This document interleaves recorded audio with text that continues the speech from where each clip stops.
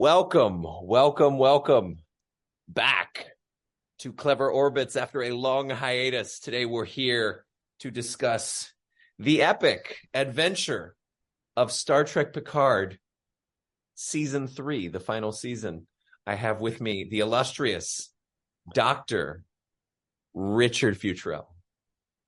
That's me.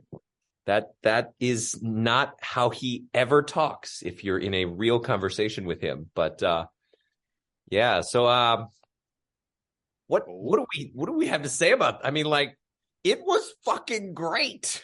My main feeling watching this was, there was happiness that it was actually good. There's some sort of there's some element of it's like an abused animal that has trouble trusting a human ever again. There was some element of not trusting. I was afraid at every frame it was going to go bad again. But overall, the feeling I felt most deeply was relief. I feel like Star Trek has been abused, and now it's being appreciated. It's fine. It's like a weight is being lifted. It's it's free to be Star Trek again. The dark period has ended. It has. Well, no one wants that new Trek stuff, just like no one wants that Chateau Picard that he's always trying to push on people. That's an interesting. You notice this? He keeps trying to give that, and no one wants it. What is it? He says you keep giving me a bottle of sour mead every year. Yeah, Worf doesn't want it. Shaw doesn't want it. Riker doesn't want it. Geordi Chateau says, Picard. What we want is Enterprise D. Yeah, we don't want your chateau. He leaves the chateau in the first episode. Did you notice that Laris never gets addressed again? Yep. It just gets forgotten. All kinds of stuff that was introduced in old Picard is forgotten. So these are commonly known on the internet, but it's worth saying because I want to hear your reactions. You remember Elnor? Yeah. He gets killed. He doesn't. What? How? In season 2, he was on the USS Excelsior. Uh-huh. And there's a scene where they're in the turbo lift and there's a display of all the ships.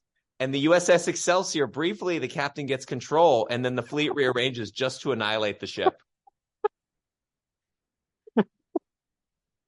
Yeah, they take a special pot shot. And then in one line of dialogue, Shaw, he says, I don't care about that weird shit that happened on the Stargazer. The real Borg are still out there. Yeah. Soji does not appear. What's her name who murdered Bruce Maddox does not appear. Although I watched some making of video with Terry Metalis, and he said he was trying to get not Soji, he was trying to get Daj on there, but they couldn't get the actress or something. Oh yeah, because Soji isn't around anymore.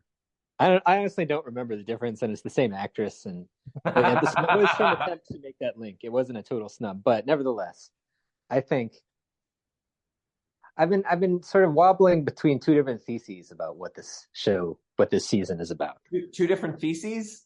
Yeah. One is that it is a full frontal repudiation of the ethos behind New Trek as it's existed since Discovery started, and as it's also reflected in a lot of other TV shows that are recent. And you see that in these little details, like the fact that Captain Shaw brushes off the season 2 as a bunch of weird shit, and no one wants the Chateau Picard wine. And the plot is basically about how all the young people under 25 got taken over by a mind virus from their digital technology, and we need the old people to come in and oh my god, I didn't see this. The entire season is a commentary on the current state of Star Trek and how the current season redeems us from the current state of Star Trek. The second thesis, though, that I think is deeper, is that it's not a repudiation just of New Trek. It's a repudiation of the naive existentialism that underlies a lot of modern entertainment. The kind of existentialism that says, the past is just something that holds you back. All that matters is your choices you're making going into the future. You can create yourself anew. You need to enjoy the new things, repudiate the old things. The past is just a source of trauma. Right. The past, this sort of folk right? psychology that we all need to overcome our trauma, and you see this all over the place in a lot of shows now. And this show is about how a bunch of old people, because of their past, are able to coordinate and save the galaxy and not become a bunch of mindless drones. And Data says, in the scene with Data and Lore, where they're fighting over whatever they're fighting over, Data hands all his memories to Lore. And that turns Lore into Data. And Data says, I realized my memories are me. My memories are what defines me. That's exactly against the existentialist thesis that your choices are what define you. And that what you do and, as going forward into the future is what defines you. He's saying, no, memories are good. Nostalgia is good. Going back in the past is good. Old things are good. The whole reason this team is able to coordinate to defeat the Borg is because they share these memories from the past. They share a nostalgia that gives them a bond that lets them communicate with each other. And yeah, they save the universe. So I think this is it's like a glorified celebration of nostalgia as a positive force. That's what this season is. Brilliantly done. You win the opening salvo award. Yeah. What do you think? It was worth bringing you out of retirement. That opening salvo makes up for years of this podcast not happening. Well, maybe. I mean, okay. What do I think? I mean, I didn't really assemble I'm going to riff on what you gave us because it's really good. I think it's easily a 9.5 out of 10 overall in the season. Like, I think it's the most quality Star Trek that has come out since 2017, possibly since 2009. I don't know if there's a direct comparison meritable really between it and the Kelvin timeline, but it's damn good. And it certainly authentically captures what Star Trek is and makes the Red Letter Media guys happy. I don't think in the history of Red Letter Media, they've ever been really, I mean, aside from Next Generation, that one video where they review like their best episodes, like they've never been happy about Star Trek, and they're happy about this one. Some of the comments, some of the early comments in the videos for the season were things like, it's weird that they'd make a whole season of Star Trek just to confuse these people and then destroy them. Yeah. Like, yeah. Just to troll Mike and what's the other guy, Jay and Mike. Yep. Yeah, so, it's funny. Red Letter Media, like, kind of part of the Star Trek canon now. It is. Well, they're like Star Trek Apocrypha. Or they're like the Church Fathers. Well, yes. Well, that's what we are too, Richard. I mean, that's my point in making these. You saw in Futurama where Star Trek becomes like a legit religion and takes over a significant percentage of the population. Yeah, we're the early Church Fathers. This thing's only 60 years old. So it's what you do. So being towards death in classic Being in Time with Heidegger, right? If we're going to go there, is what when you apprehend yourself as a being that is about to die on some aspect, it causes you to reevaluate what you value in life. And the whole of one's life is your thrownness. You're thrown into a body with sensations and a world that has certain conditions and a brain with memories. And I think recasting what you shared in Heideggerian terminology would just have us see it as being towards death must necessarily include the whole texture of your life and past. Yeah. And you don't have to engage in the activity of nostalgia. It really helps. Like you can see this in Picard has spent 2 seasons dealing with trauma, and even this, there's the kind of minor trauma of being separated from a woman that he loved and had a child with. There's Jack has grown up his entire life with this weird thing going on that makes him feel different and scared and messed up. Crusher is so traumatized by Vadic and the Changeling Borg Alliance chasing her and her son that she's almost willing to throw away her moral compass. Seven was traumatized by the Borg. Shaw was traumatized by Picard. So, like, it's triangulating an area in which nostalgia isn't necessary, but it's damn useful. And nostalgia as a general sense of like owning your past, dealing with it, managing it, handling it, creating a relationship to it that is maturely emotionally intelligent, as Star Trek is now. Star Trek was kind of going through its emotional intelligence adolescence, starting at the beginning of Discovery, and possibly even in the Kelvin timeline era. And I think I think the human species is evolving into greater emotional, ecological, and ultimately spiritual intelligence. And as someone becomes more committed to living their highest potential, as they become more committed to being the biggest contribution they can on the planet, they have to grapple with these things. We used to say in Brain Juice, people are not going to get less health conscious as time goes on. They're going to get more health conscious.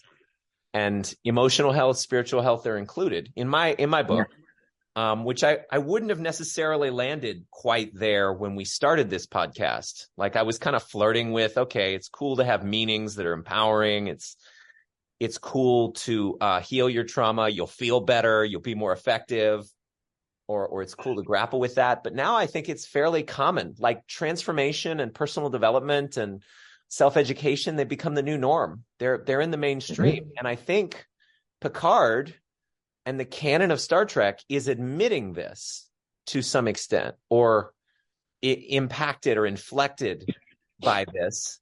And so I agree with you that nostalgia is a force for good. And I wouldn't say, I'd say with Discovery and with early Picard, it was more of a puerile, half-baked understanding of trauma, like where everybody's grim dark and everybody's got a horrible past where shitty stuff happened and every day is a struggle. And like, okay, sure, fine.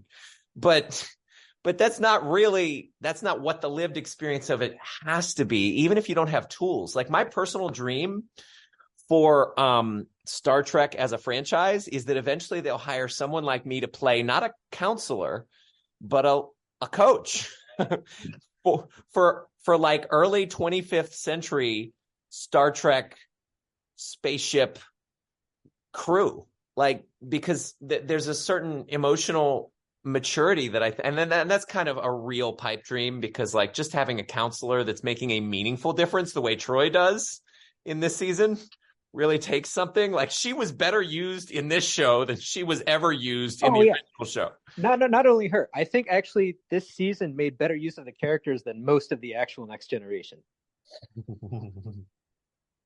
Like think about Worf. What Worf does in the Next Generation is mostly he's like overly aggressive and he mostly gets denied and he wants to attack, and then Picard says no. And he's kind of the butt of jokes, and he's got his like weird ceremony he wants to do with the pain sticks, and everyone's kind of uncomfortable about it. And like, no one really takes him seriously. But now he's a serious warrior. He's like actually both philosophically and physically powerful. There's that part where Riker picks up his bat'leth and is like, I didn't realize how heavy these were.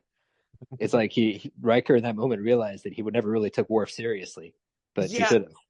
And at the same time, Worf becomes the comedic crescendo of every episode. Like swords are fun, beheadings are on Wednesdays. He's able to maintain his comedic character without it diminishing his strength. Yes, as it often did in the Next Generation. And I'm sure we'll get into that. I mean, my intention is to go brieful somewhat into the details of each episode after we paint the broad strokes, because there's such a texture. But Michael Dorn is a scene-stealing, gravitas-wielding badass. From the moment he shows up, he holds as much weight in the narrative via the voice of his character and how grounded it is as Picard and Riker, if not more. So I really appreciated that. And I agree with you. Ironically, somehow this season managed to make a commentary about how this season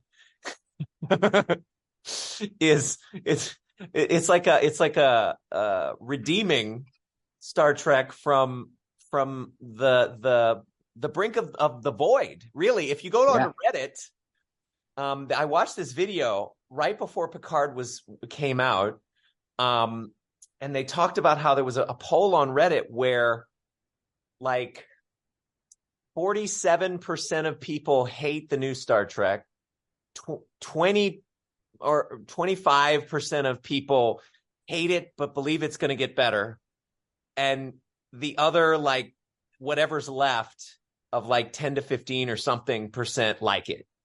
And it was Yeah, that's about right. It was like dire straits. It was like, if we don't do something, and they listened enough to do Strange New Worlds. So Strange New Worlds sort of redeemed the original series thread that remains in the tapestry of Trek, put a new spin on it. This redeemed the Next Generation.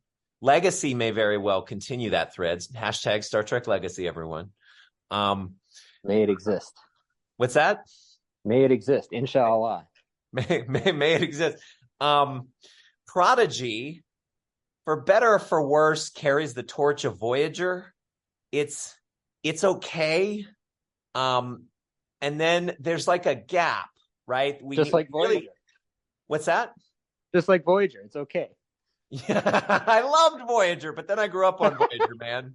I liked it too, man. But yeah, you know. Yeah, so what we really need is like a spiritual successor series to Deep Space Nine. And maybe we'll get that with the Section 31 movie, but I don't think that's enough. They did try to have this be a spiritual successor, but you can only do so much in 10 episodes. Yeah, the funny thing is I feel like the first season of Picard saw itself as trying to redeem Star Trek. Like it thought it was critiquing Star Trek, but I think the people who wrote it didn't know much about Star Trek, and it was a very superficial, very like modern, politically weighted critique. I would love to go back and re-watch or re-listen to our old podcasts where I was just a straight up apologist for Michael Chabon.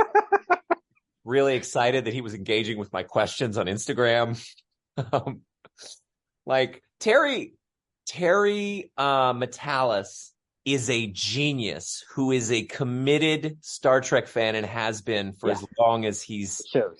Yeah, I mean, like he grew up on Next Gen and Back to the Future, and now the real question is why season 2 sucked so much. Maybe he didn't have much actual control over it. You know how these things go. Yeah. Let's just call There's it all kinds of weird dynamics. I'm okay. And maybe he didn't have real authority in the writers' room, and he certainly had influence. It's named after him. What's that? You think that like crime planet Metalis Prime is named? Oh after him? 100%. That was the joke. All the way back in Enterprise, they named Metalis Prime a terrible place. They named it because they were ribbing on him when he was a production assistant. So, I see. I didn't know it went that far back.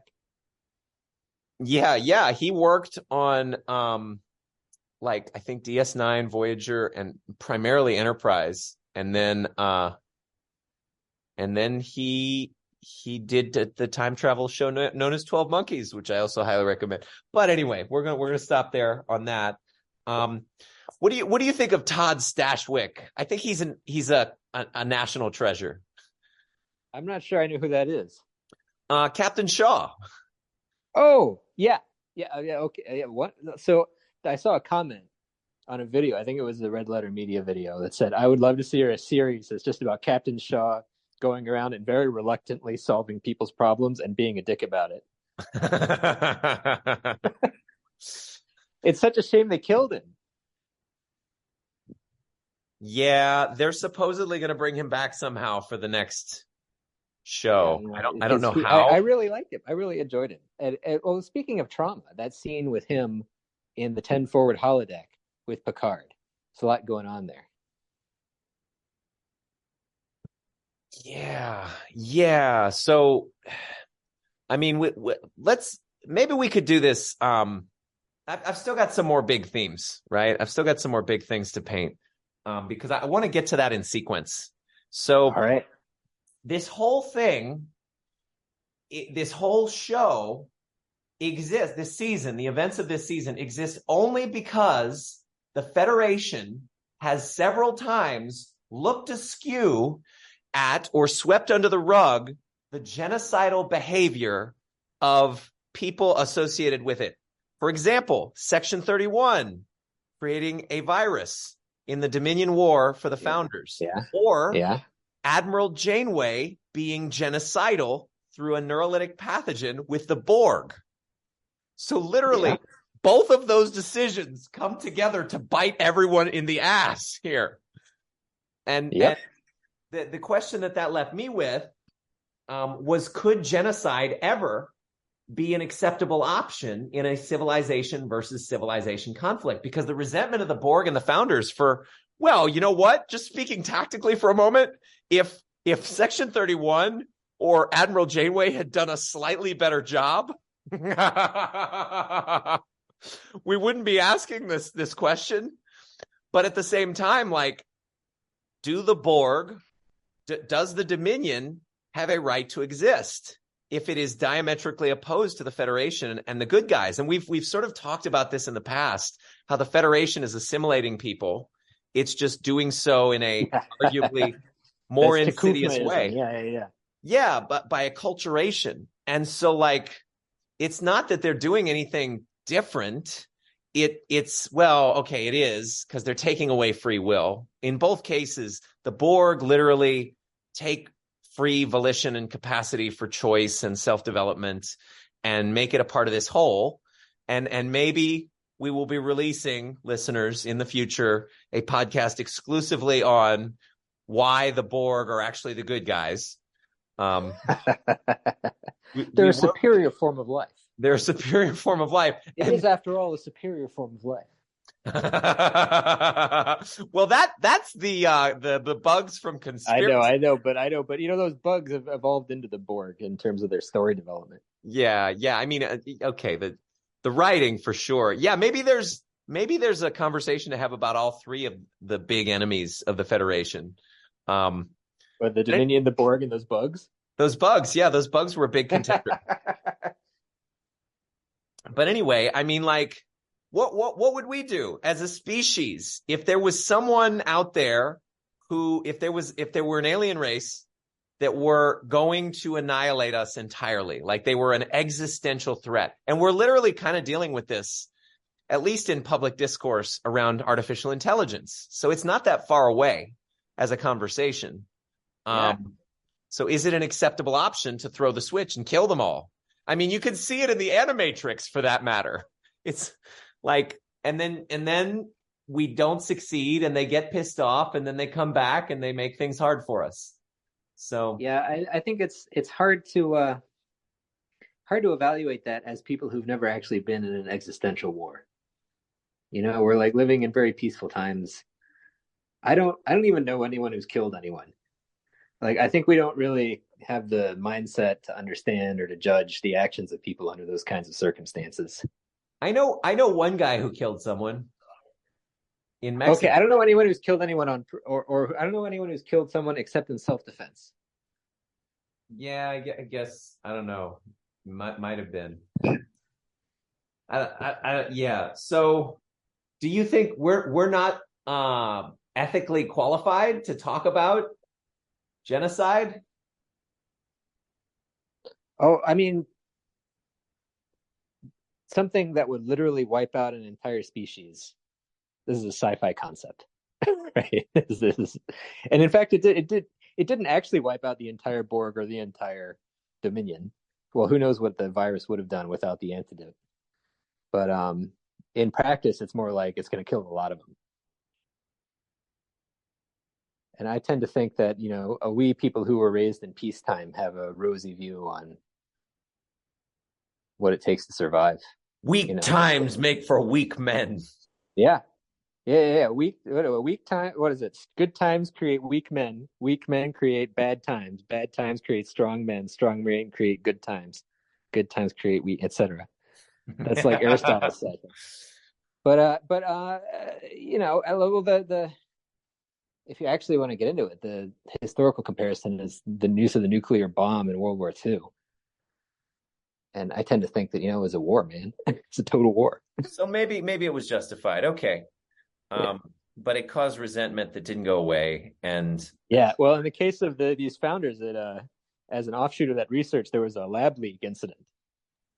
Yeah, that was which may or may not be a commentary on COVID. Oh, interesting. I didn't even realize that. Yeah, that's curious.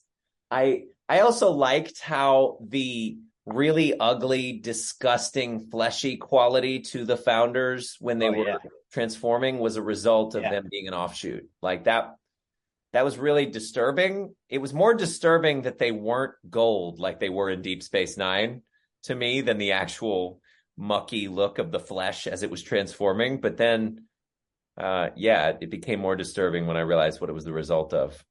So yeah. I was willing to accept that either as the look that's the result of them being the changelings 2.0, or it just being that this is the high definition view of what it looks like instead of the standard definition that we got before. so the only other like major thing here that I've already said, emotional intelligence is this interestingly checkered history of general Federation awareness of Section 31. Like Yeah, in Enterprise, they're hidden. In Discovery, they wear public black badges. In Deep Space Nine, they've been hidden again. In this series, Riker knows who they are, and they have a public, well, I guess it's a black site, but it's like Starfleet intelligence knows all about it, and it's kind of sanctioned, and it's the place where all this shit happened with the founders. Like, what's going on with that? you mean the Daystrom Institute? Yeah, the Daystrom Yeah, state. yeah. But not only Riker knows about it, but he sort of doesn't take it so seriously. He's like, oh, this is where they've been keeping the good stuff.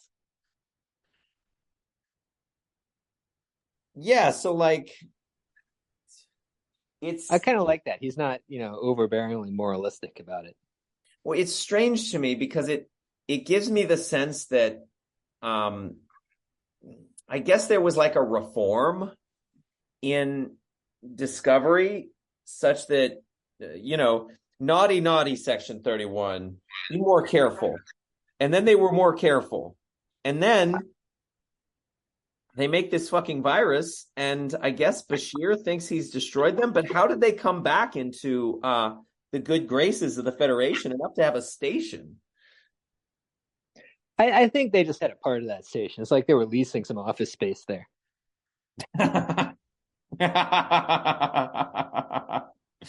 No, that's not good enough. Good joke. I mean, realistically, like anything like Starfleet is going to have a not necessarily like a rogue agency, but a secret agency that does things that are maybe not immoral, but that are secret. Right? That's just how it is in the universe. You got to have secret information. You got to have secret development of things. All warfare is based on deception. You may not be interested in war, but war is interested in you. So you need to have some part of you that can practice deception, right? And so, Section 1, it'll never go away entirely. It just gets scaled back in terms of how evil it is. Wow, talk about a Freudian slip. You just called it Section 1. So it's number 1 in my heart. I always knew that. I always suspected you were on the side of the evil. I'm just kidding. It's fine. Okay. So, the Easter eggs, the relationship with nostalgia, past, and legacy, the copious references to movies, literally every movie. The was there a V'ger reference? It's called a blaster beam, the sound that would show up every time Vadic's ship shows up. Oh yeah, the V'ger sound. Yeah, the V'ger sound. And then they played the flyby music from when what's his name? Scotty shows Kirk starship porn in for like 20 minutes. For like, I don't think it's actually 20 minutes. I'm gonna actually. It's 20 minutes on a really slow shuttle ride with the music playing, and they're just all staring at the starship and getting off. It's a beautiful scene. It was even more beautiful in the 70s. They got all those tight uniforms. Yeah. So It's funny. I'm gonna go find out how long that scene actually was. Everybody thinks that it's much longer than it is.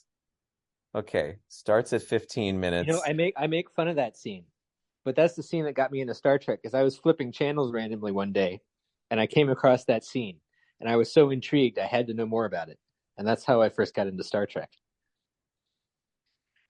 You know what? It's exactly 6 minutes long. That's pretty long. Okay.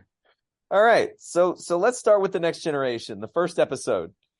Um, I love so that the past matters and that's okay. At the same time, I am not a man who needs a legacy. I thought that was Yeah. interesting. Like he's free. He's gotten to the point where he's free of it, and it's like an indulgence. It's like an added bonus. Like, hey, you don't have this weight of the past hanging over you. And I think, if anything, the first two seasons really did that well. Was really like, hey, you had this trauma because you lost Data. Hey, you had this trauma because you lost your mother. The whole of season two Yeah, was. yeah. Did you watch season two at all ever? No, no. All I know is something something Borg, something something Picard's mother hung herself, something something ice, Q. something something. Yeah. Q. Yeah. Yeah. Well, Oh yeah, Q. Q died also. There's a lot of people that died that are getting brought back. yeah, Q died. Did you notice that Died. episode 1 of this season started with the Borg audio? The what? It started with the Borg audio. Explain. There's a Borg sound effect at the very beginning of the episode. Huh. Oh, I mean, the last episode started that way. Episode 1. Huh. I'll There's have to tons of foreshadowing throughout the whole thing and like little musical signatures and tiny details about Oh how the yeah. story's going to go. To the point that I'm embarrassed I didn't see it coming. So I like they have the Star Trek 5 alert sound the moment that Crusher finds out that Vadic's people are coming for her. Yep. The colors and the cinematography throughout the entire show were just beautiful, gorgeous, elegant, amazing. Obviously I guess we've already said the music is amazing. I liked the upgrade of the L-Car's color scheme. Oh yeah. Yeah, Yeah, and they managed to take LCARs and make it look like a legit modern interface. It was really cool. Yeah, and they also showcased how it was always meant to be. Michael Okuda in the behind the scenes for the Ready Room, he's talking about how he always intended it to be a user customized interface that automatically populates the screen in front of you with the buttons you most need that you're most likely to find most easy to push based on your personal preferences and like neurological wiring. It's the coolest thing. So that was cool. You know the question that I didn't get an answer to? Huh. Why the bird noises and masks for the changelings? Yeah. So are those changelings? They are. Are you sure? I don't think because one kills another, and if there's really only 9 of them left, and no changeling has ever harmed another, it seems weird. I think there's some other, they're not the Jem'Hadar, but there's some Jem'Hadar like Dominion slave species. Well, so here's the thing. One of them gets shot. The reason that the ship got taken over was because Shaw shoots one like really directly, and then it regenerates right behind him and grabs him and throws him into the turbo lift. So yeah, I was watching that over and over again to see what was going on. And it seems like if they're changelings, they could rearrange or heal themselves more quickly. Yeah, I wonder if there's some kind of lesser changeling, or there's some, like maybe the experiments that generated the changelings 2.0 also generated these weird creatures that can only take this weird sort of goblin form. Well, it also, like, I know thematically for Terry Matalas that he likes masks. In 12 Monkeys, there are characters that wear these plague doctor masks. And maybe that's a reference here. So my theory is that Star Trek season 2 and 3 validate the existence of the 12 Monkeys timeline and canon. Mm. Which is really cool and interesting because I'm almost finished with 12 Monkeys and it's like, oh yeah, this fits together really nicely.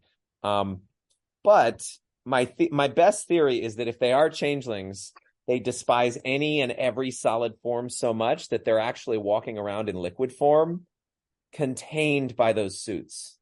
Oh yeah. Yeah. So It's so hard to imagine a changeling, especially when there's so few of them left. Just casually shooting another one though. I That was mean, a bit off. that was because they have a different authority structure inside this little tribe That's true. That's true. than inside the Great Link. Yeah. But okay, so Picard is weirdly grumpy with the computer early on. Did you notice that? Yeah. He's like never been grumpy. Like, well, thanks for nothing. It's like, no, that's what? He was being an old man with all this newfangled modern technology. And the point of the story is that newfangled modern technology is just going to turn all the young people into zombies, and that we need to go back to the old analog ways. The analog ways being 24th century warp drive. Yeah. Yeah. The analog way is what we thought the future would be in the 80s. Yeah. Yeah. I thought the use of old school music and like rock and other stuff at the beginning of so many different episodes was very interesting. I guess that was more nostalgia. I think that what is it in I think Star Trek Beyond that he's like, "Oh, I didn't know you liked classical music." Yeah, and it's Beastie Boys or something. Yeah, it's the Beastie Boys. So there was a moment of compassion for me in that first episode where you get the Voyager comm sound followed by, I found this out in the behind the scenes, Terry Metalis says, "Welcome to the Titan," to Riker and Picard. He's the one in space dock. And what I got from that was like, I could feel Terry's heart in bringing his friends, his parasocial family from Next Gen back together so that they could hang out and have fun together, and he could enjoy a story that he gets to tell with them. Like I just got the feeling of his love for the actors, his love for the franchise, all of it. And that was great. I mean, we have the good fortune that most Star Trek shows right now, Strange New Worlds, Picard up until now, Prodigy, even Lower Decks. I don't know about Discovery, but Discovery's always been its own thing. All of these shows are literally being made by people who were die-hard Star Trek fans for as long as they can remember. So I think we had to go through birth pangs to get to the golden age of Star Trek, and that's what we're in now. I certainly hope so. But then again, Stockholm Syndrome is a thing. So that might also be what happened to me. Let's see, this first episode. Neo Constitution class. Oh yeah, that was excellent. Yeah. And this is our first exposure to Captain Shaw and how he just completely puts down Picard and Riker. Well, I loved his attitude, and I also love that he's eating blue space meat. He's eating blue space meat. I didn't notice that. Yeah. He made them sleep in the bunk beds. Yeah. Like us. We slept in bunk beds. Yeah. It was just like LSMSA, except it's the two like 80-year-old men. Did you notice the Rachel Garrett statue in front of the recruitment center that got blown up? The red lady. Yeah. Yeah, I like let's see. New space dock is cool. Picard's cool movie style Starfleet Admiral pin. Oh yeah. Yeah, with the wing. I really appreciated the communicator badges. They were on point. Did you see how they turned gold at the very end? No. No. Yeah. So it's kind of like a celebratory commemorative thing for the Enterprise G crew that they get the pins are now gold, which is really cool because it's this visual metaphor of how, they the new Trek people, they saw what they remembered of the future of Star Trek, and they were like, well, what if that were dark, gritty, gray, and grim? And the fucking insignia pins for season 1 and season 2 are gray and dark and reflect that. Yeah. So it's like this whole show was like a dark time in Star Trek, at the end of That's which right. it's followed by basically the future that we were anticipating in episodes like Endgame and The Visitor and All Good Things and Timeless in Voyager. Like it was a pretty, I mean, the fact that they always had that same future communications pin, it seemed to suggest there was one major timeline that was gonna happen. Just give it enough time, and it did. And we were always waiting for it. We were always. And now we have it. Yeah, now we have it. So hopefully they do something good with that. Hashtag Star Trek Legacy. That's twice. But okay, so everyone on this show is snarky. Have you noticed that? Yeah. They were snarky, but not in a way that was disrespectful or sounding like a bunch of teenagers. Yeah, science. What is it? Yeah, there was no like, I fucking love math.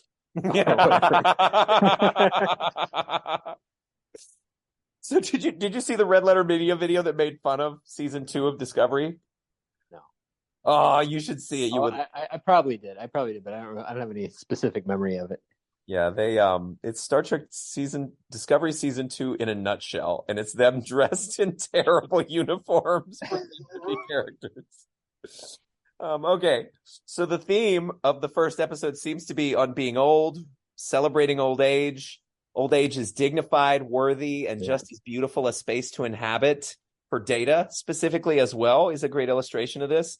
As anywhere else in life, anywhere else in your timeline, from birth to death, is just as valuable as being old. And I love that. Yeah. I was like, that made me want to be old and to have a son. That's what Picard sees. Yeah, it is. It's a like loving, quasi-comical, but ultimately positive view of being like the part where Picard and Riker they're going to go onto the alien ship where they're going to rescue Beverly and Jack. Yeah, they've got bad knees, and Riker says, "Well, as long as we don't have to shoot any guns or run, they'll be fine." Yeah, he really leans into that a lot. I mean, but it's realistic. I like old people that are cheerful have that kind of attitude. Oh man, so that I liked. The opening sequence being placed at the end and the beginning being abbreviated, that's cool. And okay, what I mean is like they have just the title card in the beginning because you're excited to see what happens next. And they did you notice they used the Star Trek 2 font? Yes. Yeah. Yes, I note on that. And the Star Trek 2 Starfield, except it's not rotating. The Starfield? What? Like when they show the episode titles. Oh, interesting. There's the stars coming at you. It looks like Star Trek 2's opening sequence, except it's not rotating. Fascinating. I knew there'd be things I should have suspected there'd be things you'd see that I did not. So I like that the Titan has the same ship paneling as the original Enterprise A, or the original movie Enterprise, with the color and curves of the Next Generation era visible in the nacelles and the engines. Yeah. It's like the best of both worlds, I guess, pun intended. Let's see. The Shrike was making reference, obviously, to the scimitar and the bird of prey from Star Trek 6. Did you know that Amanda Plummer, the villain, is the daughter of Christopher Plummer, who played... Yeah. Yeah, that was I don't cool. remember how I knew that. I think I knew that before starting the season. Yes. I liked her. She was interesting. She was like just enough crazy. She's crazy and also I don't know. I don't know how to describe her personality. She's obviously evil, but she's also being coerced by the Borg that lives in her hand. Yeah. And she has this sort of nonchalant, relaxed, evil attitude. It's quite interesting. Yeah, that whole thing about the hand, and then the part where she cries after the hand berates her and tortures her. Yeah, yeah. So what exactly do the Borg have over the changelings that they can boss them around like that? I don't know. I mean, okay, we could create a theory, right? Which is that they created special nanoprobes and injected all of these changelings with them. So the poor fucking that to me would make sense of Vatic crying if she not only had they been abused and fucked over by the Federation, but she also they went to the Borg or they created this alliance, and then in order to secure the alliance for complete compliance without any resistance, without any deviation, the Borg Queen used part of what little resources she had to like assimilate them just enough to fuck with them from time to time if they didn't do what they were told. There's clearly something going on in the background like that. It could Yeah. be that they're partially assimilated. Maybe that also explains why some of them have to take that weird goblin form. Yeah. But there's some bit of background history that's not really quite explored, which is so later on they explain that they're in an alliance. The Changelings and the Borg are aligned. They're allies in order to destroy the Federation. Which But when the Steve's Borg like, is telling Amanda yeah. Plummer what to do, that doesn't look like an alliance. Yeah, no. I think the description of it as an alliance just comes from our people, just comes from the Starfleet Yeah. group. I Yeah, think and they don't really know. it was originally kind of intended to be an alliance. Like I think at some point, like I would watch a made for TV movie about how that alliance was founded. Or how that connection was made, because it's clearly a story that deserves to be told and would have to be interesting, would have to be more interesting than. And I like that they also just implied it.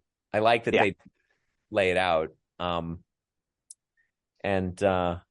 Yeah, how did the changelings find the one Borg cube that's left over? And I don't know that I think the Borg found them.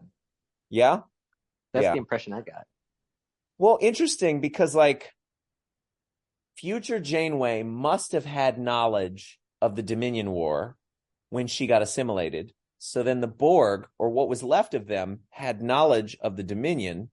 So they must have had a transwarp conduit or something into.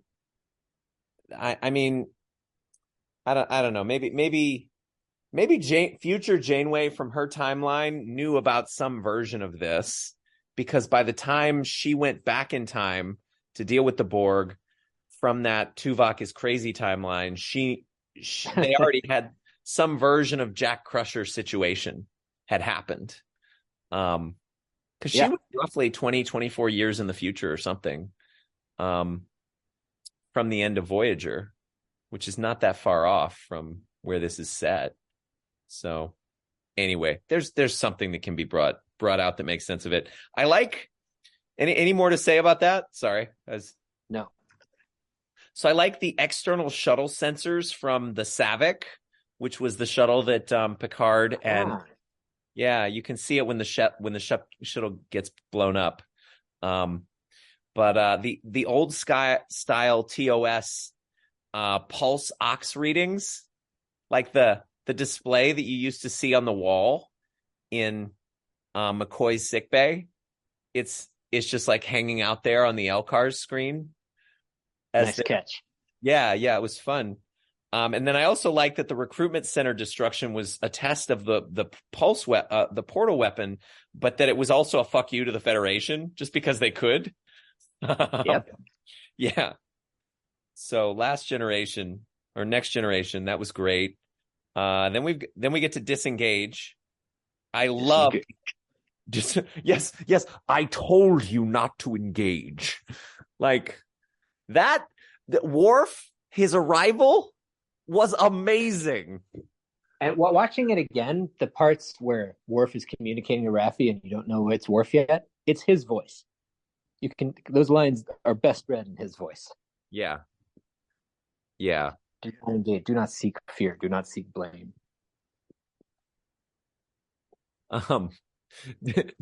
Denied. Yeah. No, he's the one denying. I am the one who denies. Yeah. Yeah. He's a little power hungry there, huh? Mr. Zen Buddhist. Yeah. He's fine. Anyway. He's fine. Yeah, he is. So the action and intrigue motif of the season in the music, you know what I'm talking about? Like when the music. The what? Yeah. Yeah, I love that. I couldn't get enough of it. I re-listened to the whole soundtrack, which is on Lakeshore Records on YouTube for free. And the way that they make use of that and the way they develop it, the way they develop all of the different themes. I mean, I know I sent you and Steve just a 30-second soundbite of how they like, yeah, Wrath of Khan. Yeah, they do. I mean, it was so fucking great. I mean, these people. So, okay, question. When it says probability of destruction 100%, when did starships start doing this? Who would program that? Like, anyway. Also, 100% is very certain. Yeah. That's not something a computer would say. It's not at all. It was like I guess a joke. Maybe the computer was joking. Maybe it was artificially intelligent. Maybe I think maybe it's just been programmed to round up.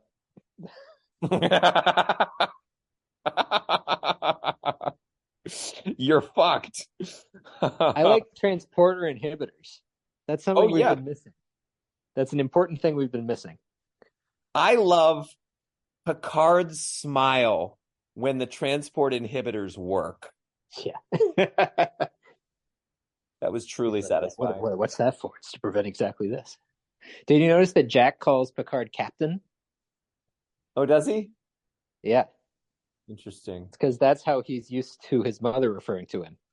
Huh. Yeah. Did you notice that Beverly Crusher has an old TNG style computer with the old LCARS colors? No. Nice. Very early in the episode. Yeah, this is another foreshadowing. Is actually it's foreshadowing on multiple angles because it's Picard's log from Best of Both Worlds when they were hiding in a nebula. So just like Titan is about to hide in the nebula, and the Borg are also hiding in the Jupiter spot, and and they're being chased by bad guys. My question though is, seeing that the Shrike every time it shows up on camera makes the V'ger style blaster beam sound, the question then becomes, why is there sound in the vacuum of space? Oh, that's that goes all the way back. Originally Gene Roddenberry wanted there to be no sound because it'd be scientifically accurate or something, but it would be terrible TV. Yeah, okay. Well, we gotta find some reason why Star Trek does it. You can simulate it if you want in the modern world. You can, hit mute every time there's an exterior shot, and then hit unmute every time you're indoors again. You can experience that. Okay, so did you see the TNG grill pattern on the Eleos? No. Oh man, so there's this grill they talk about in the behind the scenes of the Ready Room. This grill that it's like on the Romulan ships. It's in the Q trial in the first episode. Mm-hmm. It's used everywhere throughout TNG. So they reused it in Daystrom Station and they reused it in the Eleos. So let's see. Vatic smokes. She's got a death wish subconsciously. Yeah. What's with her smoke? Do you think it's like a painkiller? She's smoking dope. I mean, maybe. I think cannabis, aka pot, is now confirmed to exist in Star Trek. You think she's got a medical marijuana license? You think she saw a Dr. Pot and got a license? You know what? She got the transporter chief to steal Captain Shaw's marijuana, which is why he's so grumpy. And he says, "Alas, Yeah. alas, no." Um, Steal and, their and pot. and actually, you know what? I bet Seven of Nine has also smoked marijuana because, like, she was drinking a lot in seasons 1 and Oh 2. yeah. Her and Raffi, and it was just a total like drug orgy in those seasons, as far as I can tell. um, I like that she fucking throws a ship at them. Nobody's ever Oh done yeah. that. Yeah. There's so many like sci-fi concepts here that are natural things to do in Star Trek that are only explored here for the first time. This whole like weaponized use of transporters and transporter inhibitors, throwing ships and later asteroids. Yeah. Yep.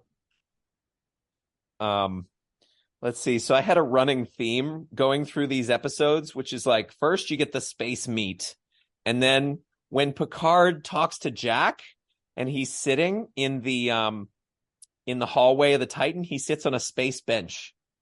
Yeah.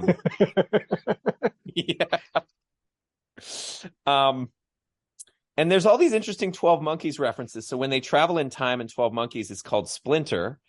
And so the drug that Sneed gives to Raffi is called Splinter. The actor who plays Sneed is James Cole, which is the name of one of Jack Crusher's aliases, all of which lends credence to the fact that there's something going on there and something interesting for somebody to figure out. So the only other questions I have for Disengage. So at moment of compassion, when Worf arrives, like I don't know if I cried the first time, but I might have. And then definitely when Picard realizes and acknowledges wordlessly that he realizes and acknowledges that it's his son. Are we in episode 3 now? We're almost in episode 3. Episode 2 is where Beverly comes. Oh yeah. It's at the end of episode 2. Yeah. I think even in episode 1, when he meets Jack, you can tell he's thinking about it. He's thinking about it, and then Riker's like, "Are you thinking what I'm thinking?"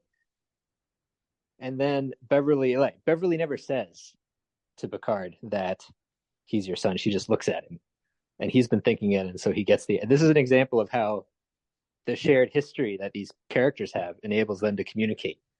They don't have to talk.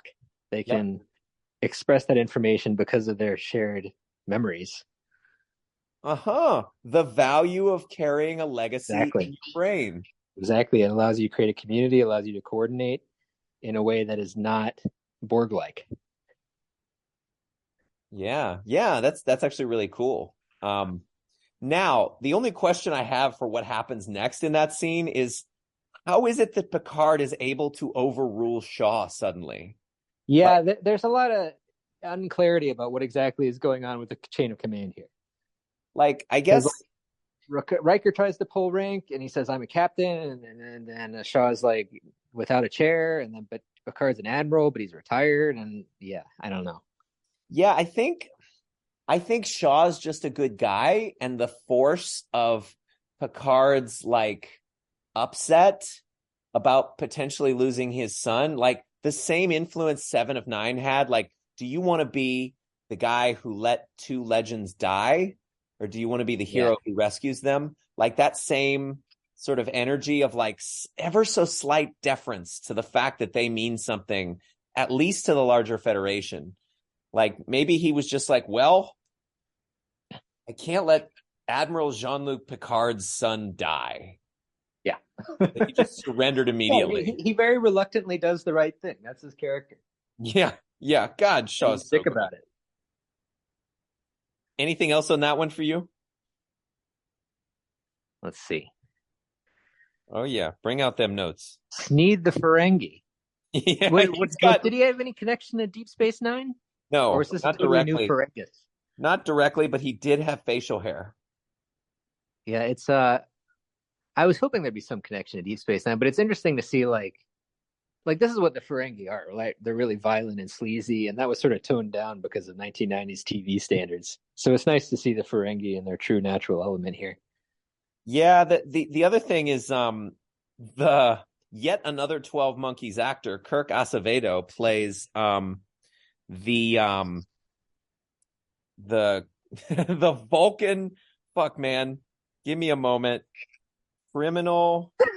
There can be. I thought of you so hard. There can be no utopia without crime. Therefore, an organized criminal enterprise is logical. And he's wearing a fucking IDIC as if it's gangster bling. He says, ergo, an organized criminal enterprise is logical. I mean, and he seemed to have emotions too. He seemed to be like, he didn't take his R, I guess. You got to show some emotion in order to command respect on the streets. Yeah. Yeah. That Like makes the Vulcan hello. The Vulcans. If we go another decade, you think the Vulcans are actually going to be just totally different than anything we know? I mean, first they're always going to use the word logical. I mean, wait, you know what? Kirk Acevedo, the Vulcan gangster, he was a logic extremist. Oh. There it is, ladies and gentlemen. Validating the entirety of the existence of Discovery in one fell swoop. Discovery gave us the logic extremists. All right, so 17, episode 3. Yeah, 17 seconds. I That's haven't counted. Go ahead. What? That's a lot of seconds. That's a lot of matches. Yes. I didn't count. I really wanted to go back and count the number of seconds that Picard spends in the turbo lift. I didn't do it. Someone should. But and we know that there's at least 23 decks that gets mentioned in this episode. But Picard's facial acting throughout this series by itself deserves an Oscar. I mean, just the emotions that roil over that face. And obviously the moment of compassion is finding out Jack Crusher is okay. I cried at that too. I was like, I feel him feeling his son and falling in love with having a son and letting his son into his heart. And that yeah, I already said made me want to be a father. So and Riker's pain is also very real, the way he presents it. Yeah. Yeah, and I totally bought the whole Troy covering it over explanation for him being Chipper back in Nepenthe. Yeah.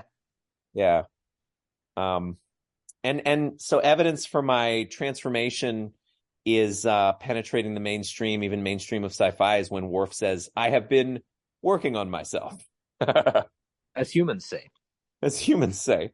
And then his second introduction, son of Moog. Of the House of Martok. I am Worf, son of Moog, House of Martok, son of Sergei, House of Rozhenko, Bane of the Duras, Slayer of Galra. I have made chamomile tea. Do you take sugar? I'll never get enough of that line. Oh, man. And you get echoes of seasons 1 and 2 with Jack when he says, the bigger the legend, the more disappointing the reality. Like, they tried to paint Picard as like, careless, reckless, mean, whatever in the first 2 seasons to a certain extent, or driven in a very human, haphazard way. And like, he's not a bad guy. Yeah. So I think he gets redeemed in this season from season. Obviously season 3 is a redemption of seasons 2 and 1. Yeah. I think the whole Riker Picard dynamic was really excellent. Yes. Their whole debate on the bridge about what to do. The fact that Riker sort of lashes out at Picard at the end after things go wrong because you killed us all. Maybe that's another sort of old person versus young person theme. Like the young people understand video games like Portal, but the old people don't get it. They think you can shoot a photon torpedo at a ship that's got a portal weapon. They don't get it. What is it? His strategy shows signs of 2-dimensional thinking. Yeah. Their strategy shows signs of Euclidean thinking. Yeah. That's interesting. Let's see. I like that Shaw chose Riker over Picard to command the ship. Yeah. Because perfect. Yeah, makes perfect sense. Well, it also shows that Shaw has some tactical shrewdness because he paid attention when Picard got the starbase number wrong. Yeah. And so he's like, okay, well, I think Riker actually knows what the fuck he's doing. Picard might not. Yeah. Yeah, he drew the inference that Picard's kind of out of it and is just going along with Riker. Yeah. Though at the same time, Picard anticipating Riker's suggestion about the torpedo and executing immediately, even before he finished the sentence, that was cool. Yeah. That was so. That's because they know each other, shared history. I think that's the theme, man. It's like the old way of relating versus the new way of relating. New way is the Borg. Old way is nostalgia. Yeah. Yeah, the new way is becoming a part of a certain variety of social media addicted screen That's out right. hive mind. Although, yeah, it's all TikTok. It's spreading the Borg virus. We got to go back to the old technology, the old TV. So some other really great quotes in this episode. Did you hear I guess her name was Tavis. She says logic suggests. Yeah. That's how you know she's a Vulcan. Because she has a weird relationship with logic, which is a tool for evaluating the truth value of propositional content. I think Logic it's time to admit that when the Vulcans talk about logic, they're not talking about Aristotelian modus ponens stuff. They're talking about something else. Yeah. They're talking about, I don't know, like maybe utilitarianism. Yeah, all logic is utilitarian. So some other great quotes. There is no righteous cause, no good, no evil. You believe in your fight. We are all the same. The fight is rarely worth dying for. Yeah. Like, that was weird to come from the same Worf who later is like excited like a kid. This is a good day to die. Like it was. Yeah, well, that was a show. The what? Oh, you mean in the Borg cube? Yeah, in the Borg cube. Not when he fakes being killed. Right. In for the entertainment of the Vulcan gangster.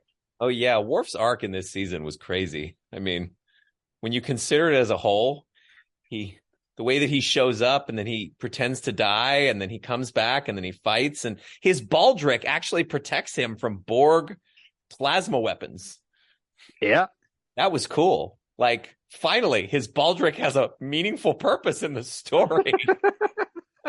After 35 years, it ends tonight. The baldric, the story of the baldric. Yeah.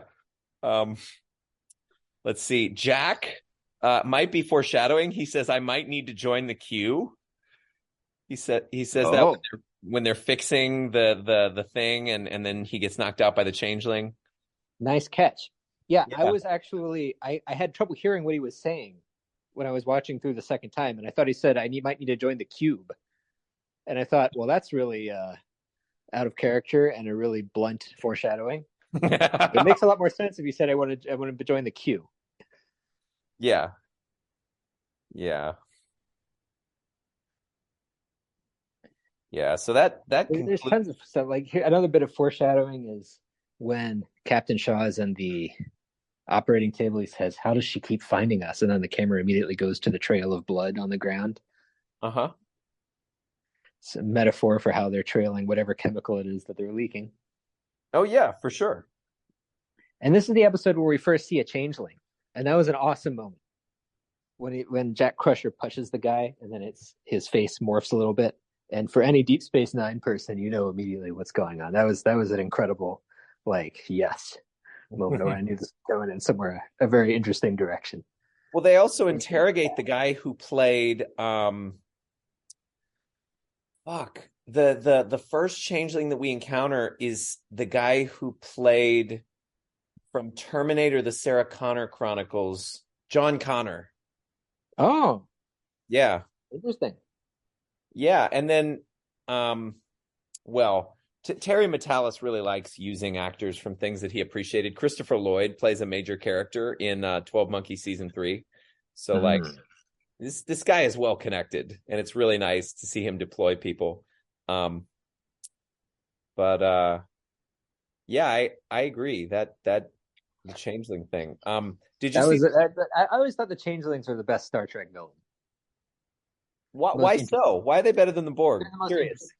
And I don't know. The Borg are more like inspiring fear, but the Changelings they've got a really interesting philosophy that I've never really seen in other TV villains. Like they want just order and quiet. That's what the Great Link is all about, right? It's that quiet nighttime planet.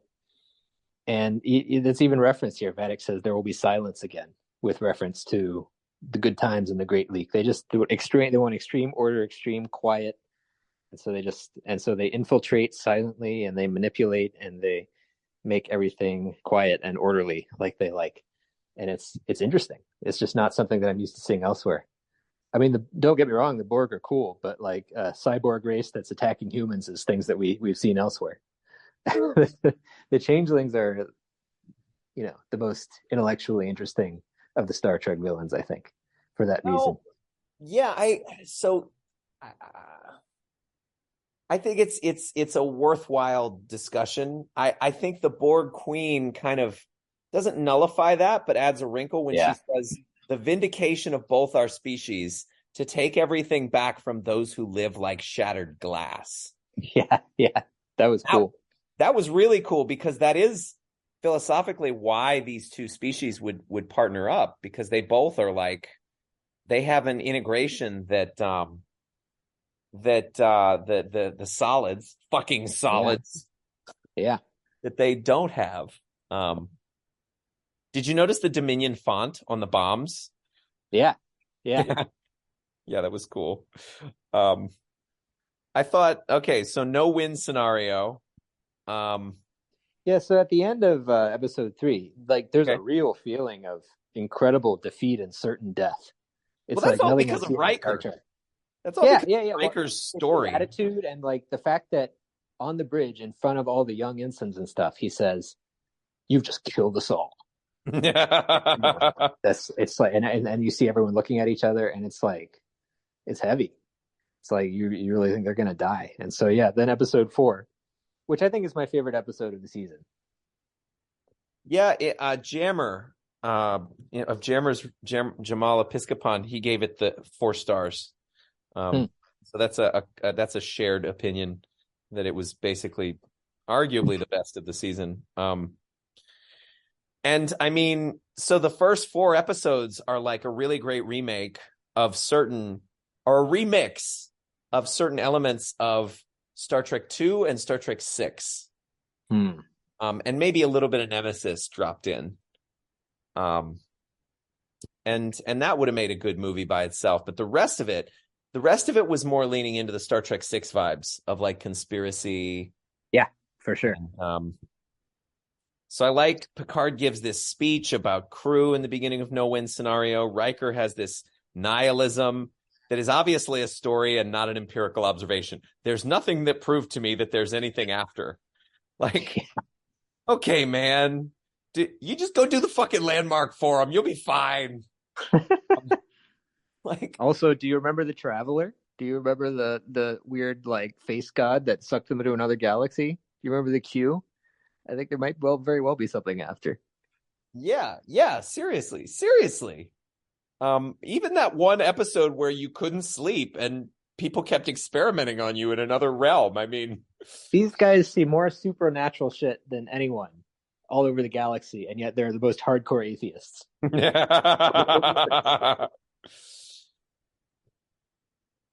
Yeah, it's interesting because Roddenberry's vision was originally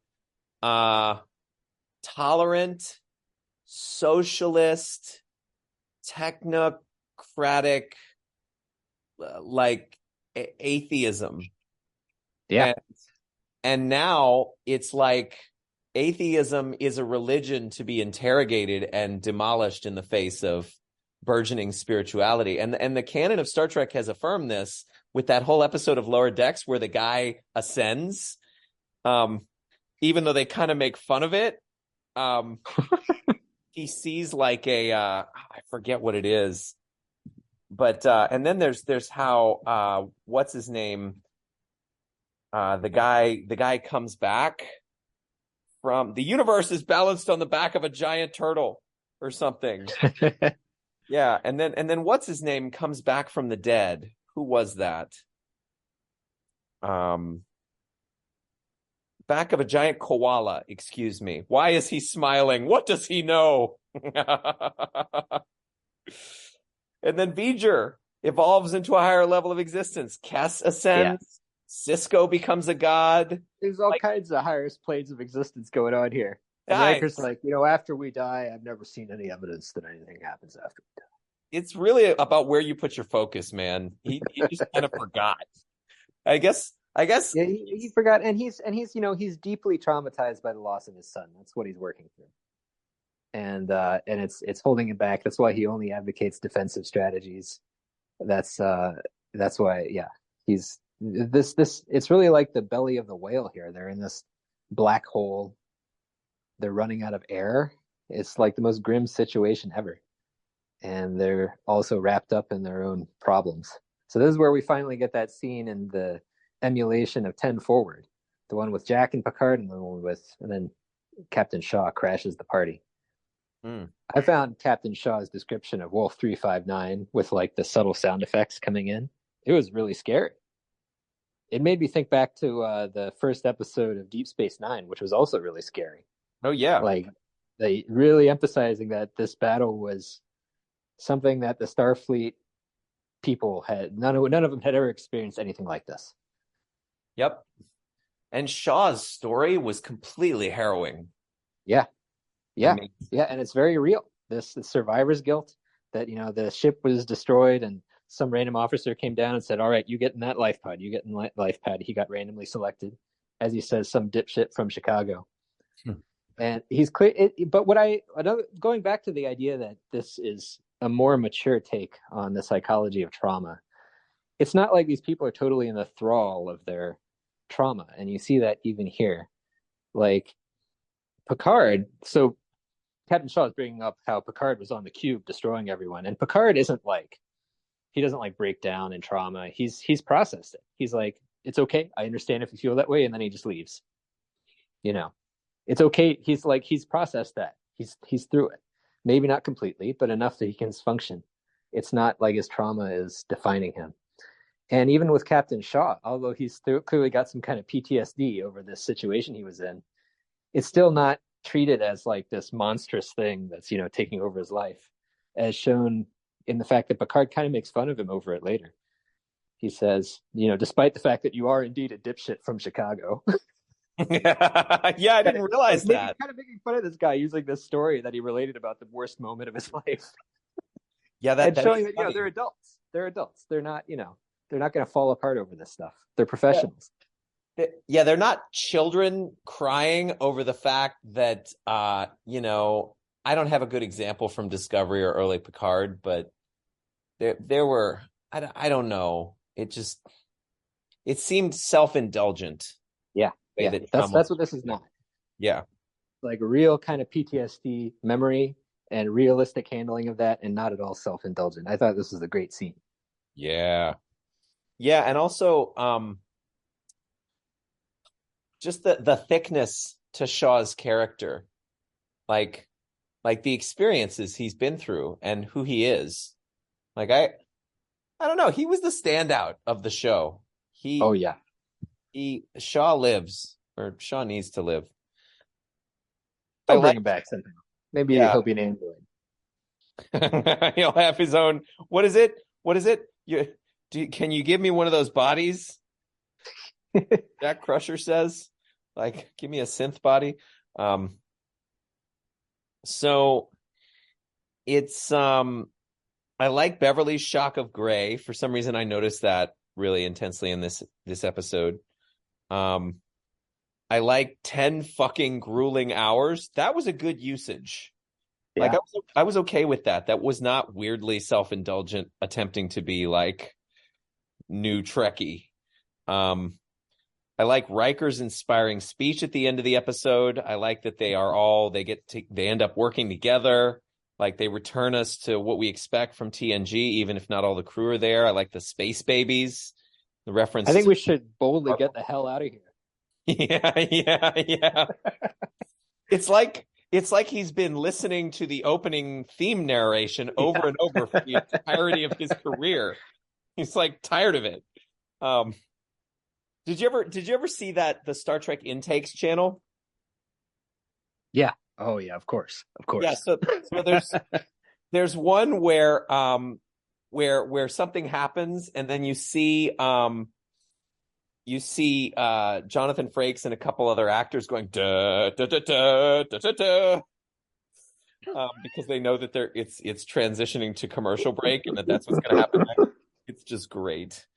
So that was cool. Life And deck. then Go of ahead. course there's the okay, so the holodecks have an independent power supply, which which is a completely hilarious, transparent, the writers just needed to make something up. Well, no, that actually goes back to the beginning of Voyager. Yeah? Now, it was completely transparent, and the writers needed to make something up back then. But at least it's congruent. That's funny. I didn't realize that went back to Voyager. That does make sense because there was always a question of why they were running the holodeck when they were running out of water and photon torpedoes. Yeah, why is it still going? Oh, and then there's a really great theory that so on Prodigy they show a ship replicator, like a replicator that is in Shuttle Bay that can replicate a whole shuttle, and Yeah. they Industrial replicators, as referenced in Deep Space Nine. industrial, yeah. So the Prodigy showrunner, he's like, oh yeah, obviously Voyager had one of those. It was just an early one and we never saw it. Like, okay, great, thanks. Is that how they synthesize photon torpedoes? I guess. But how did they get all the antimatter? Yeah, that's a great question. I don't know. We're not going to answer that one here. I like that there's a life deck and there's a maintenance deck. Yeah. Like, you think people go to the life deck and they just live? Funny thing is, the life deck's probably where you go to die. Yeah. That's the life deck where you go to find the life pods. They should Kind call of it like life insurance. the life insurance deck. Okay, and then the moment of compassion for this one for me was Picard and Jack at the end of the episode. Picard realizing Jack was the one who, and then Picard, see, he really did fail somewhat as a father because, he didn't mean to. It's like classical Greek tragedy where the character does something that harms someone else without even intending it, and it's the pathos he there. Didn't know. On some level he didn't know, but on another level, he was playing to the crowd. Like when they asked, "Did you ever have a family?" I'm sure that deep down he really was feeling some loss there, as we know from the Inner Light, right? But he still nevertheless said, "Young man, Starfleet's the only family I've ever needed." And then everyone claps and he's getting that adulation from the crowd. And that was kind of dishonest on his part. Well, and so even if he didn't realize he was hurting his son there, he was being dishonest. Yeah. So I agree with that. Like the great, and you can hear this in the theme music of all 3 seasons of Picard because it makes a reference to the Inner Light. It's, if you look at it and you compare it to the music that he plays at the end of the Inner Light on the flute, it's like a real reference to that. Like, so that part of him that wanted a family, he, of all the characters, has this unique experience where he got to have his cake, eat it too, and never deal with his trauma. Yeah. He got a family. The family disappeared when that planet was destroyed or the simulation ended. And so that family he treasures as part of his flute, but he also gets to retain his sort of aloof bachelor status. And that experience did nothing for the neural pathways that constitute the blocks and trauma that were already there. Yeah. So yeah, it's his unwillingness or ignorance of his own trauma that he's inflicting on his child by rejecting his child without realizing it, or without being willing to explore it. So it's a really the Inner Light flute was in the first episode of the season. Yes. Oh yeah. Along with the statue from the chase. Yeah. Somehow got it. Maybe it got fixed after Picard just throws it aside in Generations. He's like, he went back and he was like, wait a As he second. throws it aside at the Star Trek Generations Red Letter Media review. um, so let's see. Imposters. Worf and Rafi work well together. I love that they went the classic original series route of using a starship that is almost the exact same model as the hero ship. Yeah. With the Intrepid, they just kind of turned the secondary hull the other direction. So that was cool. And then the whole theme of found family is also really cool. Like Commander Rowe found her family, or Ensign Rowe found her family. And then she had to find her new family with the Maquis. And then she found her true family again with Starfleet. Then she had to go back to her first found family. And find them then her again. first found family was taken over by the enemies, the allies of the enemies of the Maquis, which was her second family. And so she had to fight her second family's enemies while rejoining her first family after leaving for a second family after finding her first family. What a brilliantly, elegantly, and simply made point on the part of writers. You'd need a fucking flow chart to keep track of all that. But no, I mean, like, she has to deal with her past, reconcile with the minor trauma her actions left Picard with, and Picard has to do the same. And in doing so, they reconcile enough to trust one another. Yeah, and it makes for the pathos of the rest of the season. Like, the moment of compassion here was Ro giving her life in service of Picard, and that you could hear a pin drop, like energetically and emotionally. Picard drops into the chair, weeping, and this was particularly poignant for me because when I was writing this, or when I was watching this, it reminded me of like Alex and what and you know, Alex has just outright rejected. Well, Alex is not in communication and not willing to read the book that I wrote about her. As far as I can tell currently. Now it's going to be in my will that I'm going to assign what's left of my estate when I die to whoever can get her that book and get her to read it. So that might be you, Richard. That's probably not going to be you. You've already expressed. You're going to trigger a rat race scenario there. I'm going to trigger a rat race for my investors, because I love that woman and I'll never stop. But I want her to know what she inspired. But anyway, the moment where Picard sees her and forgives her, and she gets that he sees her, like that was, I was like, wow, yeah, I want a moment like that. I would love to be seen for what the choices that I've made, and appreciated for, like, I was doing my best and I was doing what I thought was right to the extent that I was able to in the moment. And I think every human deserves that kind of a benefit of a doubt inside of their relationship with their past. So it was a powerful scene and connection, and it was great to have Ro back. And I'm sad she died. Maybe she didn't die. Maybe she somehow got beamed off. Yeah. On Trek Culture, they did an interview with Todd Stashwick, and they were like, well, how can you come back? And he says, I don't know, man. It's science fiction. Just ask the writers. They'll figure something out. Yeah.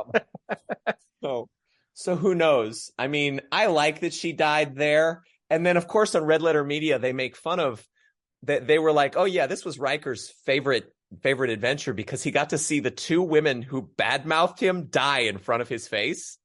Ensign Rowe and Shelby. And Shelby. Yeah.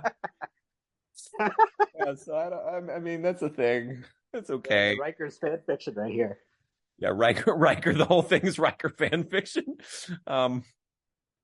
Did you see Jack sees the Starfleet crew transported to the Intrepid with red tendrils?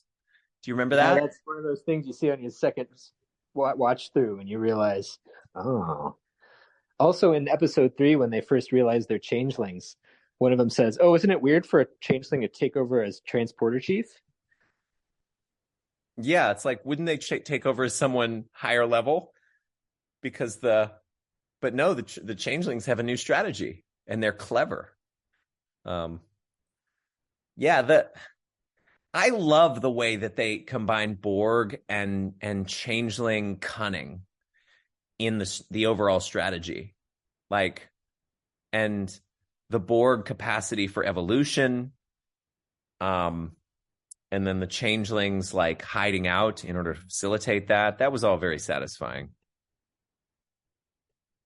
So moving right along, mobile emitters are common now. Did you not think I would not recognize a mobile emitter? like, wait, are they like standard issue for Starfleet intelligence, I guess? Like, how common are they? Where the fuck is the doctor? What does he have to say about this and holographic rights? What do all the Rioses have to say from season 1? Yeah, okay. Well, yeah. So what about characters we wish we had seen? The Doctor. Odo. Where's Odo? Odo is referenced. Worf says, one of the changelings, a man of honor, blah, blah, blah, blah, blah.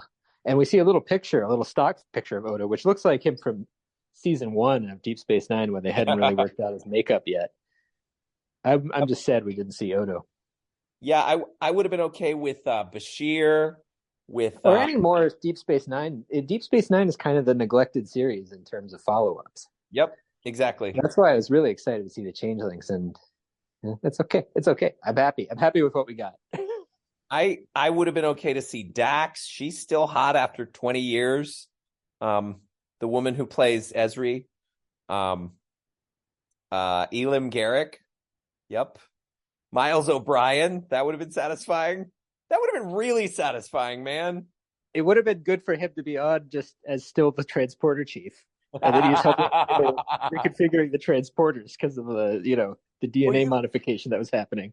You do remember that weird scene from Star Trek Lower Decks where they talk about how he was like the greatest, like special or something, and I still want like a statue of him or something. Yeah, he was a statue. It was a gold statue or something.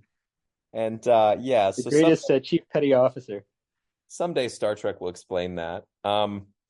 Let's see. The Worf's one-liner for this episode was Klingon was I am in desperate need of medical attention. he's like describing this special Klingon. He says Klingons never disappoint. I was doing this meditation taught by Kalis, and then he realizes that he's actually bleeding out. It's like the Kalis heart control technique. And he's like, wait, I am in desperate need of medical attention. Fucking just give us the answers. I wish that you had known me and that I had known you. What a great quote from Ro.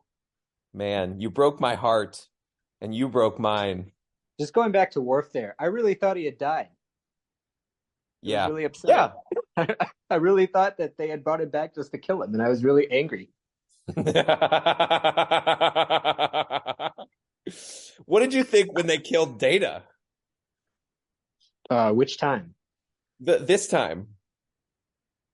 Did he die? Well, it seemed like he did, right? All the colors turn red in his head on the display because Lore was taking over. Right? Oh, that. Oh, I knew there was some trick. I knew. Well, I thought what was going to happen was he was going to merge with Lore, and ever since the original Next Generation series, Data's never really been Data. They always got to mess with Data, right? They always got to have he has an emotion chip, or he's merged with Lore, or he's in a new body. Before, yeah. It's how about just Data as Data, man? But it's okay. He basically is Data once he tricks Lore. Well, actually, so there's two things to say about that. One, I was unfazed. Actually, three things. I was unfazed by Data being about to die. I mean, I was moved the first time. The second time, I was like, okay, yeah, fine. There's a comment on YouTube that's famous under the Star Trek Season 3 Picard trailer. It says, May your beloved love you the way that that Paramount loves Brent Spiner, because they keep bringing him back. I'm mostly just glad that Data came back as Data and not as some Data Lore. I guess there's a little bit of Lore in there. Yeah, he's not. Alton Sung. He's not Yeah, Adam Sung. He's not yeah. B4. Brent Spiner. It's like there's only really two characters he plays. He plays Data, and he plays some kind of creepy guy. Right? It's like the Soongs are all just some kind of creepy guy, and he's the mad scientist in Independence Day too, who's just kind of a creepy guy. And they all And so have I'm glad he's Data. I like Data. I don't really like the creepy guy. Yeah. Yeah, I agree. I agree.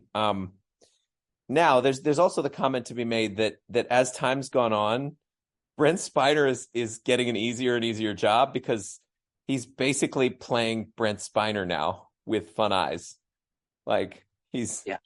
he's, he's um anyway, that was an argument somebody made. And then yeah, I like what they did with his arc. But finishing this episode, do you believe there can be no utopia without crime? I think crime is what defines utopia. Ooh, what does that mean? Utopia is a place where crime is maximized and violence as well. No, no, you are insane. It's like in that movie Event Horizon where they uncover a connection to the utopia dimension. You are simply insane and wrong. This is wrong. A utopia dimension. Okay. So anyway, I like the Dominion attacks. Yeah, we're in the middle of Imposters, halfway through, we're almost there. So it was interesting that we never saw the captain of the Intrepid. Like the captain of the Intrepid never shows up. I like that they have a cool new. Go ahead. I mean, whatever is going on that ship is bad. I like it that way. There's sort of this mystery about, like, I don't know, maybe everyone on the ship is actually dead and replaced by changelings. Yeah. Yeah. I like that it was called the Intrepid, just like the original series had the Intrepid in the Immunity Syndrome. The Intrepid was a ship entirely made up of Vulcans because in the original series they were just racist that way. Oh yeah, in the original series, it's kind of unclear what Starfleet was in the original series, but it wasn't the like multicultural thing it became. Yeah, it was like well, it was the United Earth Space Probe Agency, really. And then there's another episode, I think, in Lower Decks where they talk about a ship that's entirely made up of Bolians. Like Mott the barber. So anyway, so I like the Dominion's attack style. They simply blow things up with bombs. Yeah, simple. They use that strategy over and over. The Borg Queen gives Jack ninja badass skills through his connection with the Hive. That's interesting. I guess so that he can defend himself and survive. Jack's arc is really interesting because it reflects, I think, probably a lot of modern humans who grow up addicted to social media or whatever. He thinks there's something very wrong with me, which is an empirical observation, but also a story. And then he says, I'm not crazy. I'm just broken. I'm not worth it. I've always felt that there's something wrong with me deep down inside. And so it's like, in my current best estimation of transformation, humans oscillate. The ego is constituted, and you'll like this because it's kind of, it's not cynical, but it's one tick in the direction of nihilism. Like, but I don't lead people here. This comes from the work of Christopher Michael Duncan and the Sub, Super, and Self-Conscious Minds. He says that the ego comes to exist by defining itself as broken. It thinks that it's not capable. What's that? Interesting. That's very interesting. Yeah, you'd love You're Not Broken. Great book. Super short, easy to read, fascinating stuff. But there's a moment where we want attention from our parents or something, and we don't get it. So we decide, okay, well, I need to do something about that. And maybe I'm not good enough, so I need to get their approval. So I need to do something to get their attention or their approval. And so the ego is always this move to oscillate from being broken to try to fix itself. And most people out there in the world, even if they're massively successful, are not fulfilled because they're trying to use some action they take or something they accomplish to fix what can actually never be fixed. Instead of what we teach, the opposite of oscillation, which is creation. Like, what would you want to create just because it feels good to you for no other reason than because your heart wants to see it happen in the world? Not because you think it's going to correct some problem, and not because you think it's gonna fix you. And Jack is classic oscillation right here. Like, even if he becomes the massively successful person or cures his wound, like, what does that even do for him? Nothing, really. He's just resisted a problem and tried to fix a problem, the problem that he thinks that he is. So if you take your attention off the problem and step into the awareness that you're not broken, you never were, nothing has changed. It's just a sort of operating system quirk of having an ego. It's like a spandrel. It's like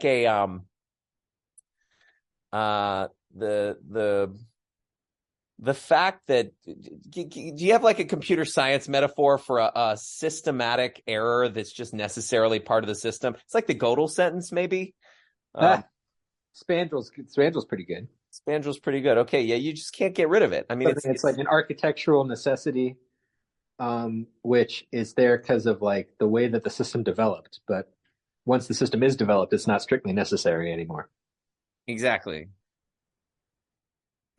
So yeah, it's a maturation of the system that allows us to outgrow the need to be stuck in the ego. And yet the texture of the ego, it's like the chassis for creation. It's like the structure of the vehicle that allows us to have definition and to take distinction from the rest of the universe and to go ahead and create something. So we get born into having an ego, but we don't have to get stuck being had by the ego. Anyway, that's my current thinking. So finishing number 5. Where do we go next? This is going to be our longest, most well-defined podcast. I think we could finish, though. I think 5 to 10 minutes with each. This is the one where Worf says, "I have your sour mead." Please, no food or beverages in the research area. Yeah, I love the sour mead, and I love that everyone hates Picard's wine, and I love that what's her name hugs Worf. You know he's not a hugger. What is it he says? The most advantageous battle stance is being one within oneself. And then Riker's like, what the fuck? And he's like, I just said it. So they retain their like poking of each other, even though Riker, even though he tries to retract. Worf tries not to play the game and eventually gives in. Yeah, it's like Riker's used to the old Worf. And so he's ribbing him like the old Worf, but it's new Worf now. And yeah, so it's very, very interesting. That's I think one of the best things about the characters here is it's not just the same characters. They're not just the same people we saw before. These are like logical growths. They're different, but in ways that are the kinds of ways that people actually do change. And we're seeing their relationships change in the way that you would actually expect. And yeah, when they're like sneaking into the research facility and Worf and Riker keeps on ribbing Worf, and Worf is not really having it. It's excellent. Yeah, I think that, and this makes me want to rewatch it a 4th time, actually, because the whole season, given the nostalgia angle and the deepened capacity for relating that shared memories and experiences give, and how it's on such proud and subtle and intricate display inside this show, like, it's a tribute to the potency of anchoring into a relationship, partnership, or friendship and deepening intimacy and going all in. Yeah. Like if the early, and it's really interesting, the arc through my life, because I had echoes of the future from the very beginning. Like when I was 3 or 5 or whatever, I made out with Marcy because I saw Kirk make out with a green alien woman on TV in daycare. I made out. And this is famously, as you told William Shatner. Yeah, famously lampooned on our channel in a video where William Shatner himself tries to roast me about it. So like that was me anticipating the kind of Casanova bachelor phase.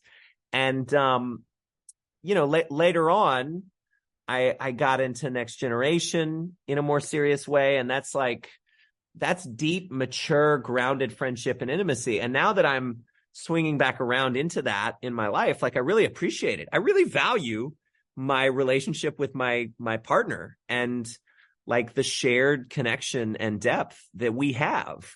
And this show makes me appreciate it all the more. So somehow they go to Hollow 10 Forward pretty often, don't they? It's like the place where you work out your issues. And that also made me think that the show was really well created on what appears to be a solid, or at least a very intelligently used budget, because most of these episodes are bottle shows. They carefully reuse sets. Like the Enterprise F bridge is just a reshoot of the Titan bridge. They use ship models creatively and intelligently. And it seems like they saved most of their money for the CGI in the last 2 episodes. Yep.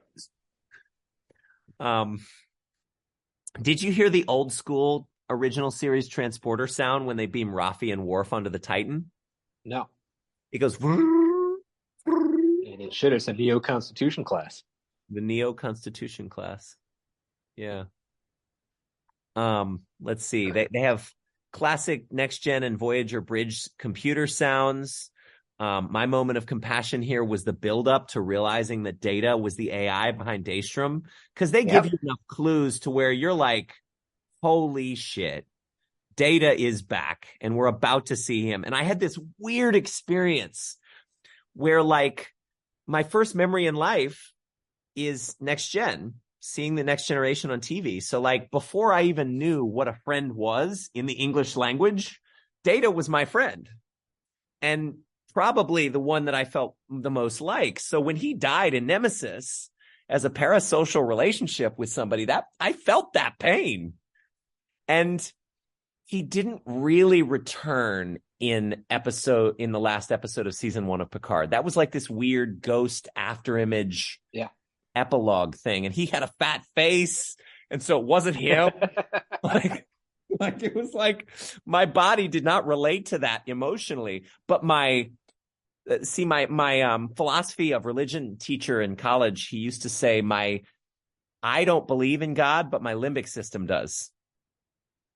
So I don't believe in Data, but my limbic system really does. So I uncontrollable like tears when Data comes back and he says, Captain, Geordi. I was just like, what? My friend lives. Now, what do you think Brent Spiner's limbic system believes in? I think it's potato chips.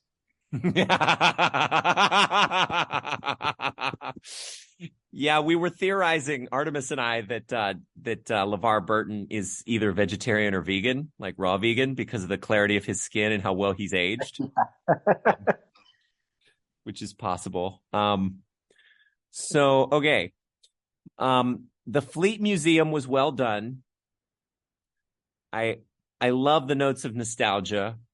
I thought it was excellent. Like they managed to give the fans all these little member berries without it being overly self-indulgent.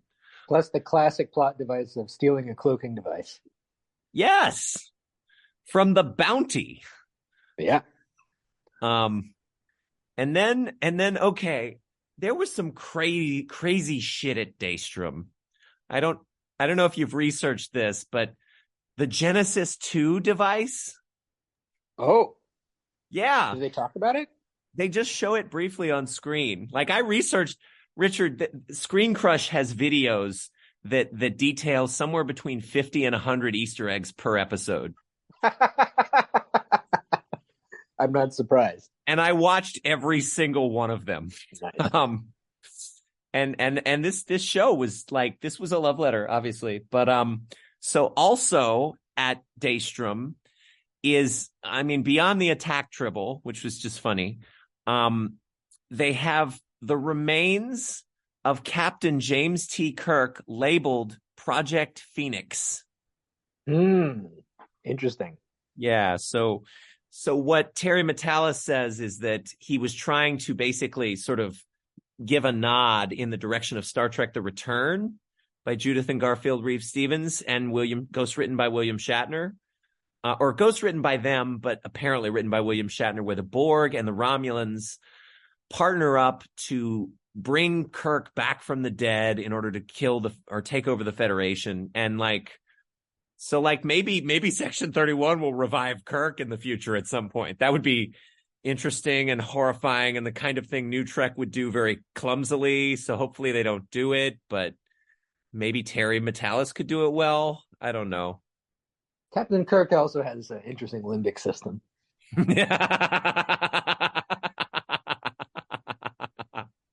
An easy way to reference when someone has let themselves go.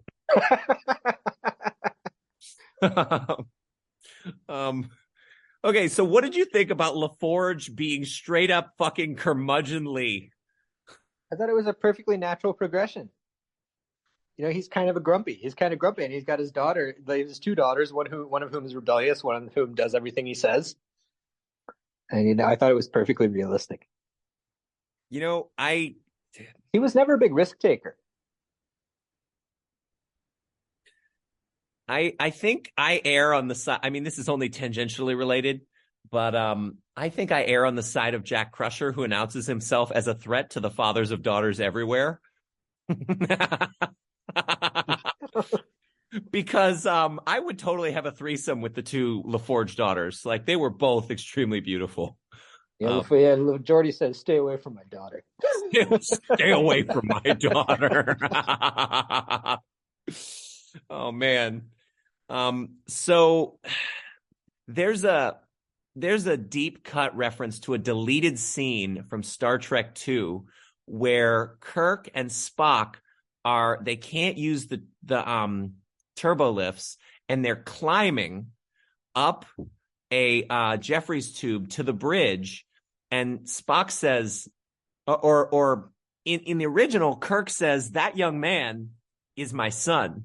And they actually use the quote somewhere. I forget who says it in this episode, but somebody says, "That young man is your son." So that was really cool to see. Nice. Yeah, let's see what else about this. Daystrom is pretty. The new transporter room is cool. Moriarty was sorely underutilized, and his appearance was a bit disappointing, even though he was decently integrated. I thought Moriarty was going to turn out to be the security system. Yeah, I know. Which was a really interesting idea. I wish they had done that. It's okay. We had to get Data somehow. We had to get Data. Yeah, maybe we'll see the real Moriarty. I mean, the way that actor snapped back into character, like, clearly we could do that again. Clearly Moriarty's still out there. He was rescued as that little cube from the Enterprise D. What do you think of Worf's line, "I was practicing deceit"? He's clearly practicing deceit as he says it. He's like, "I've gone into battle with former lovers many times before." And they say, "We're not going to go," or whatever. He says, "That is a relief. I was practicing deceit." It was another great Worf one-liner. I mean, that's really what it was. And he, what do you call it? He's just like blunt. He's still got that blunt relationship with humor. Like, it was really good. Let's see. I like Jack's face after Geordi says, "Stay away from my daughter." like the way it goes blunt. Let's see.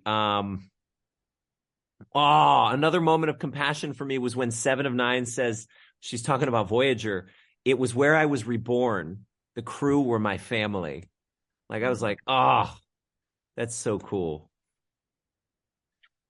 It's a shame we didn't get to go inside the Voyager. Maybe in Star Trek Legacy, we'll go inside the Voyager. We'll go on all those Fleet Museum ships. They'll have to rebuild the sets for each of those. You realize shows get built on budgets, right? They have to get funding. Yeah. And they rebuilt the whole Enterprise D set for 2 days of shooting. Yeah. They took most of their budget to rebuild the Enterprise D. Like that was where most of the money to make this season went. Or at least that's what I've read, or that's what I've heard. So another 12 Monkeys reference, the USS Cole. Let's see, the poetic drive-by observation. I like that comment. Data died twice. Oh, Shaw saying, yeah, it's been a weird week. That guy, man. Oh. The moment where they realize where Picard and Geordi realize that their kids co-conspired to steal the cloaking device, that was fun. Yeah. This whole episode of all of them was the most fun, in my estimation. Do you have any idea how many Federation treaties this violates? Add it to my tab. Yeah. Yeah. It's great delivery on that line. Yeah. That's Picard has become Kirk in that sense. Like, he's matured enough to know when to deploy a devil-may-care recklessness in service of a higher good. Yeah. Whereas Kirk was always, that was his default. His default was devil-may-care recklessness, and it just sort of worked itself out. But Picard has finally learned to incorporate that. So the cloaking device effect on the bridge was cool. I like the family squabbles. When you see there's like a Star Trek 6 reference where you're looking at the people's feet when they materialize on the transporter pad. That was cool. And then, okay, Richard, tell me this. How is it possible that Alton Sung could have ever thought throwing data, lore, B4, lol, and himself into an android could have ever possibly been a good idea? I think the whole Soong research program is you just do crazy shit. Can you imagine the family meetings? Like, son, what's the like poetic line they have later? They're like the dreams of the Soongs have finally been revealed. I think this is their dream. Dream is just to throw random shit together, see what happens. Well, you could imagine going all the way back to Adam Soong. Like, this is just what our family does. We do crazy shit, and you need to carry on the family line, the family tradition of doing. I think the first Soong is canonically the doctor, the mad scientist in Independence Day. Yeah, he also invents what he calls Project Khan that becomes the eugenic wars. Yeah. So he's the source of a lot of bad things. Anyway, okay, that's it for me with episode 6. Episode 7, or anything else for you with Bounty? No, we're done. How do you like scary changeling dead Riker? He's me, Captain. I'm as good as dead. They went a little unnecessarily too much horror film in that moment. It was like, oh, I liked it. It wasn't that long. It was just a few seconds. It wasn't like a whole. It wasn't like a whole episode. Yeah, it wasn't like Nemesis, where it was like a whole movie of that. Yeah, okay, so I really liked Tim Russ. Does an incredible job of playing a changeling pretending to be Tuvok. Yeah. And then Richard, this is funny. I think another side of the logic extremists is when Seven says the anti-Kolinar demonstrations. Who would protest against Kolinar? You never know, man. Must have been some Romulans. Anyway, I love the Commodore outfit on Geordi. He just looks like eagle in it. I like the reference to a compromised prefix code. Yep. We know about prefix codes from the USS Reliant. Yeah, that was satisfying. I like Jack sort of flirting with Sidney LaForge. I love when they're considering the data lore situation in the science lab. Geordi raises his eyebrow the same way Spock does. That was fun. I like I like The Enemy Within getting played out again. You know, the original series episode where Kirk and his evil half have to get Yeah. transported. Yeah, so Yeah. Data and Lore come together in much the same way to become the fullness of a human being. Yeah. Yeah. And it plays out in a nice, easy to understand visual with blue nodes for the good guy and red nodes for the bad guy. Super satisfying. Did you notice the Star Trek II life scanner noise? No. So it's when Vatic is walking through the ship and she takes a little flap off of her arm. Doo-doo, doo-doo. Let's see. Vatic was really well drawn, I think. She had meaningful vengeance grounded Yeah. in specific history and issues of the Federation, issues with the universe, the how the shattered glass lives. And she's just like brilliantly insane. She's off the wall in tonality and enunciation and cadence. And she reminds enough of Khan and Nero and like other vengeance addicted villains without falling into being just a complete trope. Yeah. Yeah. I think she's very well. The whole story she tells here about her origins from Project Proteus. It's very well done. Yeah, I really empathized with her. I was Apparently, really she results from a gain of function experiment gone wrong. Might sound familiar. gain of function. So you want to tell me about this? Oh, this is a common theory, which I think is not unreasonable about the origin of COVID. It was so COVID originated in the city of Wuhan, and we're told that it came from bats. Well, there's not a lot of bats in Wuhan. Wuhan's pretty cold. There's not a lot of bats there. So what happened? There's a virological institute in Wuhan where they were doing experiments on coronaviruses, experiments where they would intentionally make the virus more powerful in order to like develop vaccines against it.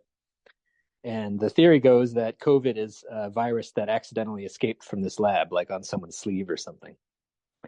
And it's more plausible than you might think. It's like I said, there's not a lot of bats in Wuhan, but there is a virological institute studying exactly this thing. And yeah, anyway, so the changelings, they were as part of Project Proteus, they were developing a more powerful kind of changeling. It slipped out of the lab. Yeah, it's quite topical. Well, I mean, it really jives with these videos you've seen, I'm sure by now, of Bill Gates giggling when people ask him how many booster shots people will have to take, and he literally giggles about, oh, well, yeah, they'll have to take them every 6 months forever. I mean, Yeah, yeah. It's the other weird thing about the gain of function research is it was apparently funded by these sort of sketchy American like healthcare organizations. well, that's curious that this research is no longer pureed conspiracy theory, but has entered consciousness of intelligentsia in academia, like yourself. I think when I talk to academics about it, I give it 50%. I give it 50%. Yeah, okay. That's 50% credence. We should have more conversations beyond recordings. Yeah. Yeah. So okay, we've already mentioned the foreshadowing. I love that Vadic's brutality is like interesting. It isn't just casual, common, and careless. Like it's selective and intentional and involves a sort of psychological torture. But that's getting into the next episode. Anything else for Dominion? Unwanted guests and monologuing protoplasms. Oh yeah, that is the next one. Yeah. I also like Vatic weirdly says the next ill-defined, unshapen one of you. Like I guess she just hates her life. She hates her life so much that she hates literally everyone and everything around her, including herself. She's in constant pain. She's in constant pain, yeah. She's like Dr. House without pain medication. Yeah. And the fact that it was getting in the next episode. The fact that she actually literally kills a random crewman, the Vulcan, is really upsetting. I thought, really, yeah, it was quite frightening. And then she made that other one cry. Yeah. Yeah. Let's see. So going into Surrender, Obviously, my favorite line, Richard, get off my bridge. Yep. Obviously, a reference to Air Force One with Harrison Ford. I didn't even think of that. That's funny. Also, indirect reference to I'm getting tired of you. And then I actually, to be perfectly honest, aside from the pathos and the moment of compassion with Picard, which we'll get to in the finale, like I almost loved the defeat of Vadic better than the defeat of the Borg later. Yeah. I think I agree with your earlier assessment of the season as 9.5, and it's because from season 5 on, the pacing is kind of weird. Like there's multiple sort of crescendos in the intensity of the plot. It feels like Vadic dying is a climax, but then we have this other climax with a new villain that's not as developed. And yeah. But it's all fine. Yeah, it's the best long form binge-worthy serial narrative that Star Trek has produced, and possibly the only one past Deep Space Nine. Like there's different serial long form narratives, and you get the last 7 or 8 episodes of season 7 of DS9. Like those were a tightly plotted sort of serial narrative, but this I think was a little more ambitious in that the entire season had to be wrapped up. Excuse me. And put together just because that's what you do these days, unless you're Strange New Worlds, which is satisfying. Yeah, it was. They also sort of strung out the mystery of Jack Crusher. So there were 2 episodes where it sort of ended. They strung that out too much. 2 episodes that ended on like we're finally going to find out, and then you cut to the credits, and then you watch a whole another episode, and then we're finally going to find out. We finally opened that door, and it was satisfying though. I was satisfied when we got the answer. I was really glad that he wasn't some kind of weapon that was designed by the changelings or something. Like it's for completely, and this idea that he had a genetic inheritance from Picard, and that's how Picard was able to hear the voices in First Contact. It fits perfectly. I'm just jumping ahead here talking about this stuff in general. Oh no, that's good. I don't remember this episode. Did you notice that if you go back to Best of Both Worlds, they even mention that there's something funny going on in Picard's brain? His temporal lobe, right? Yeah. Which is where the interesting thing of Irumodic syndrome comes from later. Which is funny because Q choreographed or planned out Picard's meeting with the Borg, knew that the Borg were going to come up to them and assimilate him, mess with his brain, knew and played with it in all good things, like shoved him into brought him to a situation where he shoved himself into the future and everybody thinks he's got Irumodic syndrome, but this whole time, and then he dies of not Irumodic syndrome, but whatever happened to him with the Borg. Yeah. So that's, I don't know. It's an interesting plot thread. I really liked Vadic freezing and breaking on the hull of her own ship. Yeah. I was thinking like, can't changelings survive in space? Like they found Odo in space, but I'll take it. Well, she's a special changeling. Yeah, she's a changeling 2.0. She's a neo changeling. Yeah, like the Neo Constitution class. Yeah. Let's see. Data uses contractions and humor. That was satisfying. The Worf, the thing he says about, I really wanted to send you the heads of my slaughtered enemies, but I was told it would be passive aggressive. Obviously, as those of you know from YouTube, the conference table scene. Yeah. Quintessence of Star Trek: The Next Generation. They even comment on it. There, but it's a little while, long time since we sat around a long table such as this. Is that really what people relish in the most from The Next Generation? I think that it's a big part of it. A big part of what makes The Next Generation appealing is that it's about professionals working through a problem, and they sit around the long table Picard says suggestions. Worf has a suggestion involving killing everyone, and he gets denied. And then, Geordi and Data have some technobabble solution. Troy is unable to read the emotions of the situation for some reason. Yeah. Troy, for some reason, is disabled. As she is here. She's like, I can't read changelings. But she can unmistakably read Borg. Yeah. I've never gotten Borg wrong. I thought it was pretty unprofessional, though, how she didn't tell Jack what she had seen. She just she was scared. And imagine poor Jack. He's been afraid of this his whole life, and he's like, finally, someone's going to help me open that door. Finally, I'm going to be safe. Someone's going to be able to open it with me. And then she opens it, and she freaks out and runs out. You're going to be like, oh shit. Yeah. So this actually was something to be very afraid of.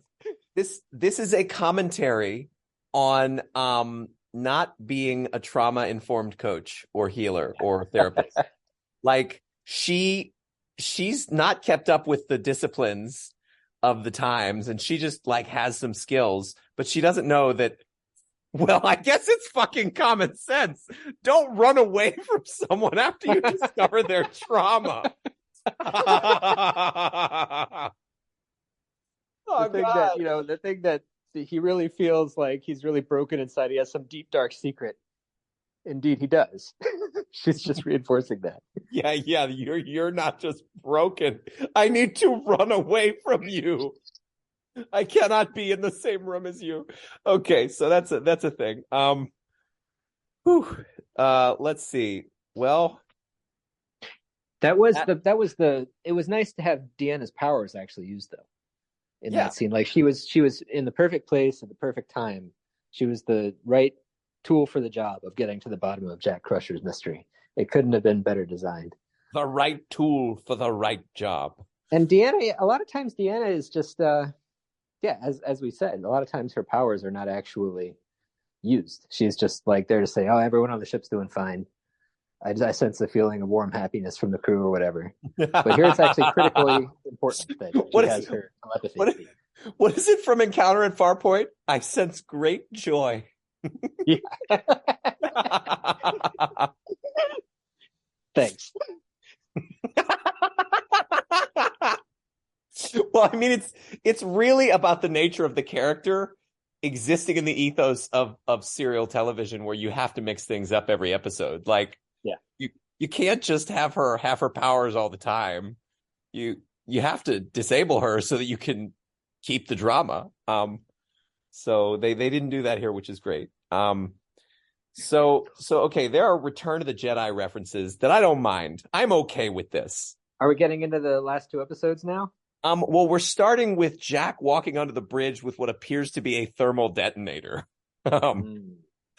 While Data somehow defeats Lore in a way that I still don't understand, that I would love to have explained again. Did we talk about this yet? Oh, Data gives all his memories to Lore. Yes. And because Data's personality is like encoded in those memories, it converts Lore to being Data. I thought Data's whole personality was encoded in very small cells that get displayed to us in Picard season 1. It's both. Yeah. It's all of the above. It's fine. Okay, that makes sense.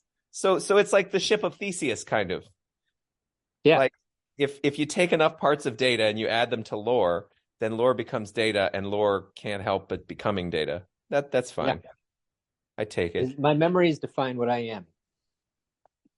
So if you ever rewatch this thing, the thing that was most disappointing to me, but also funny and quirky, is that, that one hallway in the Titan where you see the red door at the end of the hallway? Yeah.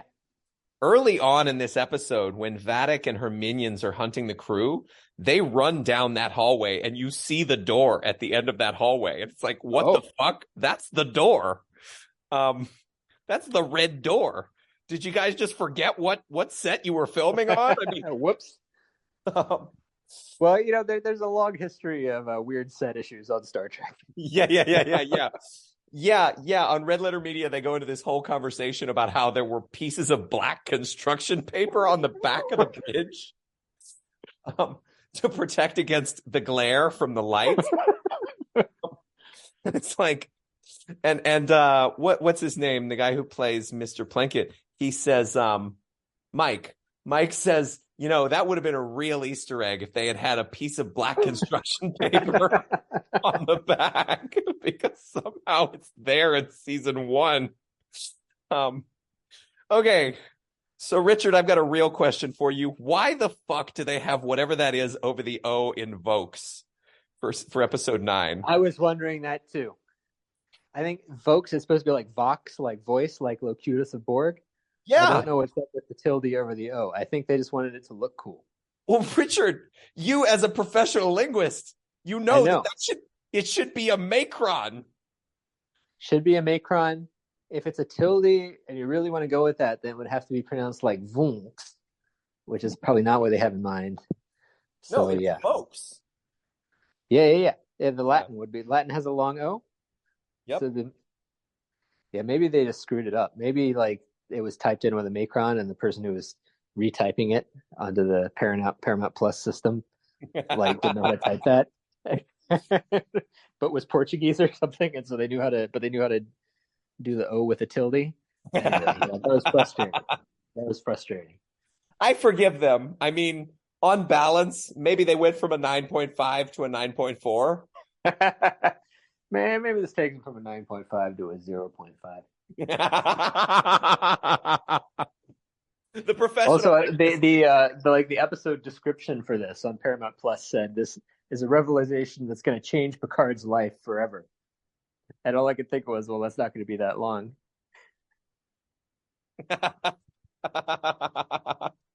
Anyway, so we get to see Troy really being a counselor.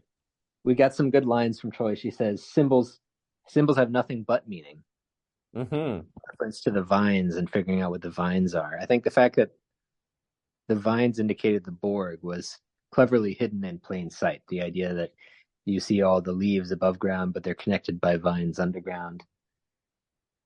It's quite subtle in a way that you feel kind of dumb afterwards for not seeing where it was going. But it's well done. There's also, I don't want to spoil 12 Monkeys in case you ever watch it, but there's a concept in the 12 Monkeys mythos called the Red Forest that is alluded to a lot here. And the idea that the Red Forest and the Borg might have some overlap, that's fascinating to me. Anyway. So we're going into the final stretch here with the final Borg plot, and they go up to get back to Earth, and they have space fireworks. Okay, and Admiral Shelby says, "Isn't it great that our ships are now all interconnected?" Oh, wait. Via 5G networks. Don't move so fast. Space fireworks in the great tradition of space meat and space benches. Okay, that's all. Please continue. 5G, right? Yeah, these last two episodes kind of run together. So they conclude that everyone under age 25 has been turned into a mindless drone by the modern technology, so they need something more analog and old-fashioned, like their old-fashioned teamwork. And so they head back and recover the Enterprise D. And yeah, I don't know. I think we don't need to mention the emotions that come to mind when they finally go back on the bridge. Well, this is what we actually wanted this whole time. Oh man, I watched that scene like 6 times. I mean, yeah. And the thing that they missed most of all was the carpet. Well, Picard does. Yeah. It's a good joke, and they've even got the Majel Barrett voice for the computer. Somehow they brought her back from the dead. Well, they've got a depository of enough things that she said while she was alive recorded where they can use an AI voice to bring her back. So, yeah, that was AI. But like the whole scenario where the transporter has like modified everyone's DNA, that's pretty apocalyptic. That's like really bad. It wasn't guaranteed they were going to be able to fix that. It's like the entirety of Starfleet, all the young people at least, is compromised. Yep. So a couple things about this episode. There's a lot to say that's really cool about the Borg and how they evolved the concept of the Borg here. But before that, was I the only one taken out by the fact that they were like engaging in bridge porn while Earth was being Borg destroyed? Like, Yeah, there was a bit of oddness in how they timed things. Yeah. yeah. Like, I think I would have been okay if they had had that nostalgia scene slightly after they start their trip back to Earth. Yeah. Like, Yeah, it's like there's a really urgent situation. Everyone is about to die. It's the most dire possible situation. They're like, let's run our hands over the L cars well, here. maybe Look at okay. the clock. Okay, we got some headcanon we can supply. So Geordi probably told them, this is what I've decided. Geordi told them, like, guys, it's going to be about like 5 or 10 minutes before the ship wakes up. So, like, here, I can't wait Oh to yeah. I rebuilt the bridge. It was booting up. It was booting up during that time. They were it was booting up like an old fucking DOS Windows computer. Yeah. and then he lets them know when it's time to stop their nostalgia, which I mean was like 3 minutes or whatever, by telling them the torpedoes are almost finished. They're almost Obviously, finished. we can't use the Enterprise E. That was not my just kind of fault. look at each other. There's some kind of history there. Yeah, I loved that they implied that. In the official Star Trek Instagram account, they call it the Monfette Gambit. Something happened there while Worf was captain. So anyway. Okay, so the Borg. No one has heard from the Borg in 10 years. Not the real Borg. Let's see. Jack says, broken systems, wars. If only people could hear each other, see each other, act in one voice. Who knew that a little cybernetic authoritarianism was the answer? Like, there's like a genetic predisposition towards philosophical welcomeness or welcoming to the Borg perspective, philosophically or whatever. Do you think like that was encoded in Jack Crusher's DNA? I mean, maybe, or maybe it was his way of nurture-wise grappling with the fact that he found a tendency to appreciate that in his DNA. Yeah. It's Jack Crusher. He's very believable as Picard's son. He has that recklessness that we associate with young Picard, and he's kind of philosophical, and he kind of even looks like him. And he also has that, he has believability around being someone who legitimately has grown up with this weird genetic loneliness, feeling wrongness, alienation from the world. I mean, yeah, which I think is possibly the plight of a lot of people in the modern age. Yeah, for whatever reason, like something's broken here, and I think it's me. Cancel, clear, delete. Anyway, I like the laboratory where they discover the genetic code thing. That was cool. The science lab. Yeah. It showed predicted function on the screen, which is indeed, that's an actual terminology from like actual modern genetics. People talk about function prediction, structure prediction. Oh, cool. Yeah, they also mention a mass spectrometer earlier in the season. Yeah. I looked it up. I was like, oh, that's a real thing. Cool. So when Jack escapes, I was a little initially disappointed and like confused. I was like, wait a second, why didn't they get the entire crew to try and stop him or shut down the shuttle bay? But my thinking is he literally used his capacity to control people to control the entire ship. And yeah, I think even if they had tried, he would have gotten through. He basically has superpowers. Yeah. And then I was disappointed in how I didn't really quite understand why he wanted to go to the Borg, like why he capitulated to that part of himself so easily. I think like, he didn't seem to resist it at all. There's no part where he was like, "Oh, I've got this evil thing inside of me." He was just like, "Oh yeah, I guess that's it." I got to go check out my Borg mama. He had an innate drive to join the Borg to start, but and like when his family rejects him, which is basically the experience that he has when Picard walks up with security guards and forsakes the protocols of being a father, right?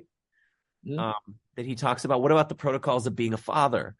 And there are protocols, he says, now that we know that you're infected with the Borg. Like I think what happened inside Jack was he's just like, well, I'm fucked. Nobody wants me. I really am broken, but at least I can fuck over the motherfucker who fucked me up.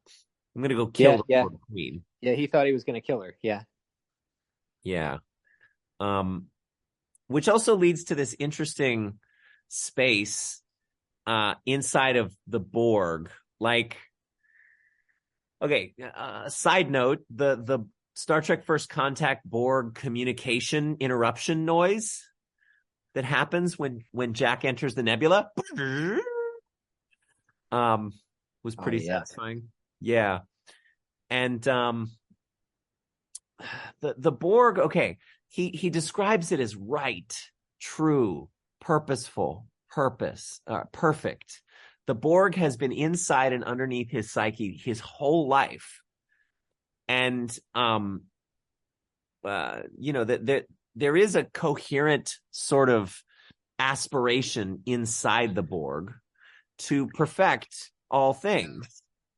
And yet there's this vindictiveness that has arisen inside the Borg Queen because genocide, like why can't we all just get along? Why can't we all just get along? And Admiral Janeway comes back and really fucks them up. And so now, and this is interesting because this is taken from the Star Trek literary universe. There's a whole trilogy of books where the Borg, instead of assimilating people, they just decide to kill everyone who's in their way. And so they send like hordes of cubes into the Federation to, as they say in this episode, eliminate all unassimilated. So I think that's a reference, just like they referenced that Section 31 novel in season 2 of Discovery, like they were trying to incorporate some cool shit there. And I like, oh man, there's this cool new form of assimilation, right? Genetic alteration. They're literally taking over just enough of the neurology and biology to get control of the actions, motion, direction, and resources that people are, but without having to completely augment or assimilate the way they used to. It's metabolically and strategically more intelligent. Yeah. They really are evolving biological beings. And another thing that real biological beings do is they survive at all costs. They adopt lots of seemingly Baroque strategies, like leaving a genetic implant in an assimilated person that's only going to sort of flower in the offspring of that person. That's the real kind of thing that like a parasite would do in the real biological world. Yeah, so it's like they've always been more clever than we've ever attributed to them. Yeah. Is the way the Borg are written here, which is really cool. They're more clever. I mean, just having this strategy in place arguably redeems the way that they're portrayed in Voyager as increasingly easily defeatable. So at least that's how I read it. Moment of compassion or moments of compassion here when Shaw dies. That was painful. He should have lived. But yeah. I'm sure if they really need him, they can bring him back. If they need, yeah. And then we're your family at the end. Like that hit me. Like when they're on the Enterprise D bridge and Riker says, we're the crew of the Enterprise. We're your family. That was really cool. It was a nice moment. Let's see. Fleet formation. You were starting this, the 5G thing. How could that have ever been a good idea? Look at I know. And they comment on it earlier. So when Geordi is first introduced, when they're talking about how they're going to try to hide, Geordi says, over my objections, all the fleet is now synchronized. Yep.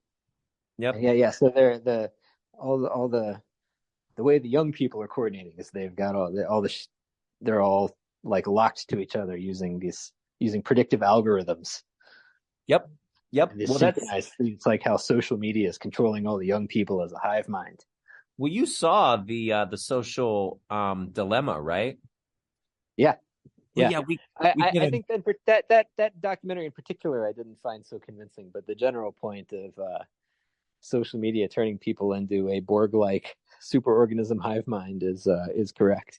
Yeah. Okay. Well, maybe I'll stop. Maybe I'll get off of Facebook now. Yeah, well, you depend on it for your livelihood, right? Yeah, more or less. That's So okay. eventually I'll wean myself off. Um, so the Borg and the Changelings working together, initially I thought they left a vein of creativity massively untapped. yeah. Because like, wouldn't it be cool to have an assimilated changeling walking around assimilating things Yeah. in a clever The, way? But the whole then like the pivot from changelings to Borg felt rushed. I could imagine that. Like, I also see that they didn't want to overcomplicate things. Like they had a Yeah. good concept with new changelings, and they had another good concept with Borg evolving. So if Yeah. they brought those two together into some kind of Borg changeling hybrid, that goes a little bit too complicated. Like Yeah. one Got to season. keep it simple. Yeah, and the pivot, as you say, the pivot was a little clumsy, so to speak. So like them adding more, it adds too much weight. So they did enough, but not too much. Um, I thought having Admiral Shelby was cool. I thought the Enterprise F was pretty. Was Yeah. okay. Um, There that's was actually the Return of the Jedi ending. well, yeah, we'll get to that. We're almost to the last episode. So the the Enterprise F was actually a Star Trek Online ship. Did you know about that? I had heard that. Yeah. I like that they said Enterprise F now preparing for ceremonial departure. Oh yeah. Yeah, and then it's slated for decommissioning. We barely knew her. There are plenty of letters left in the alphabet. Um, so okay, one thing that's been troublesome before we get to the finale, one thing that's been troublesome with this whole new Star Trek thing is, and it goes along with the comm badges, the transition from silver and the sort of dark age where people were doubtful and things were grim to the gold, is the darker the outer world gets philosophically, existentially, the more darkness there is in the scenes. Because you're like, Yeah. what happened to well lit Enterprise?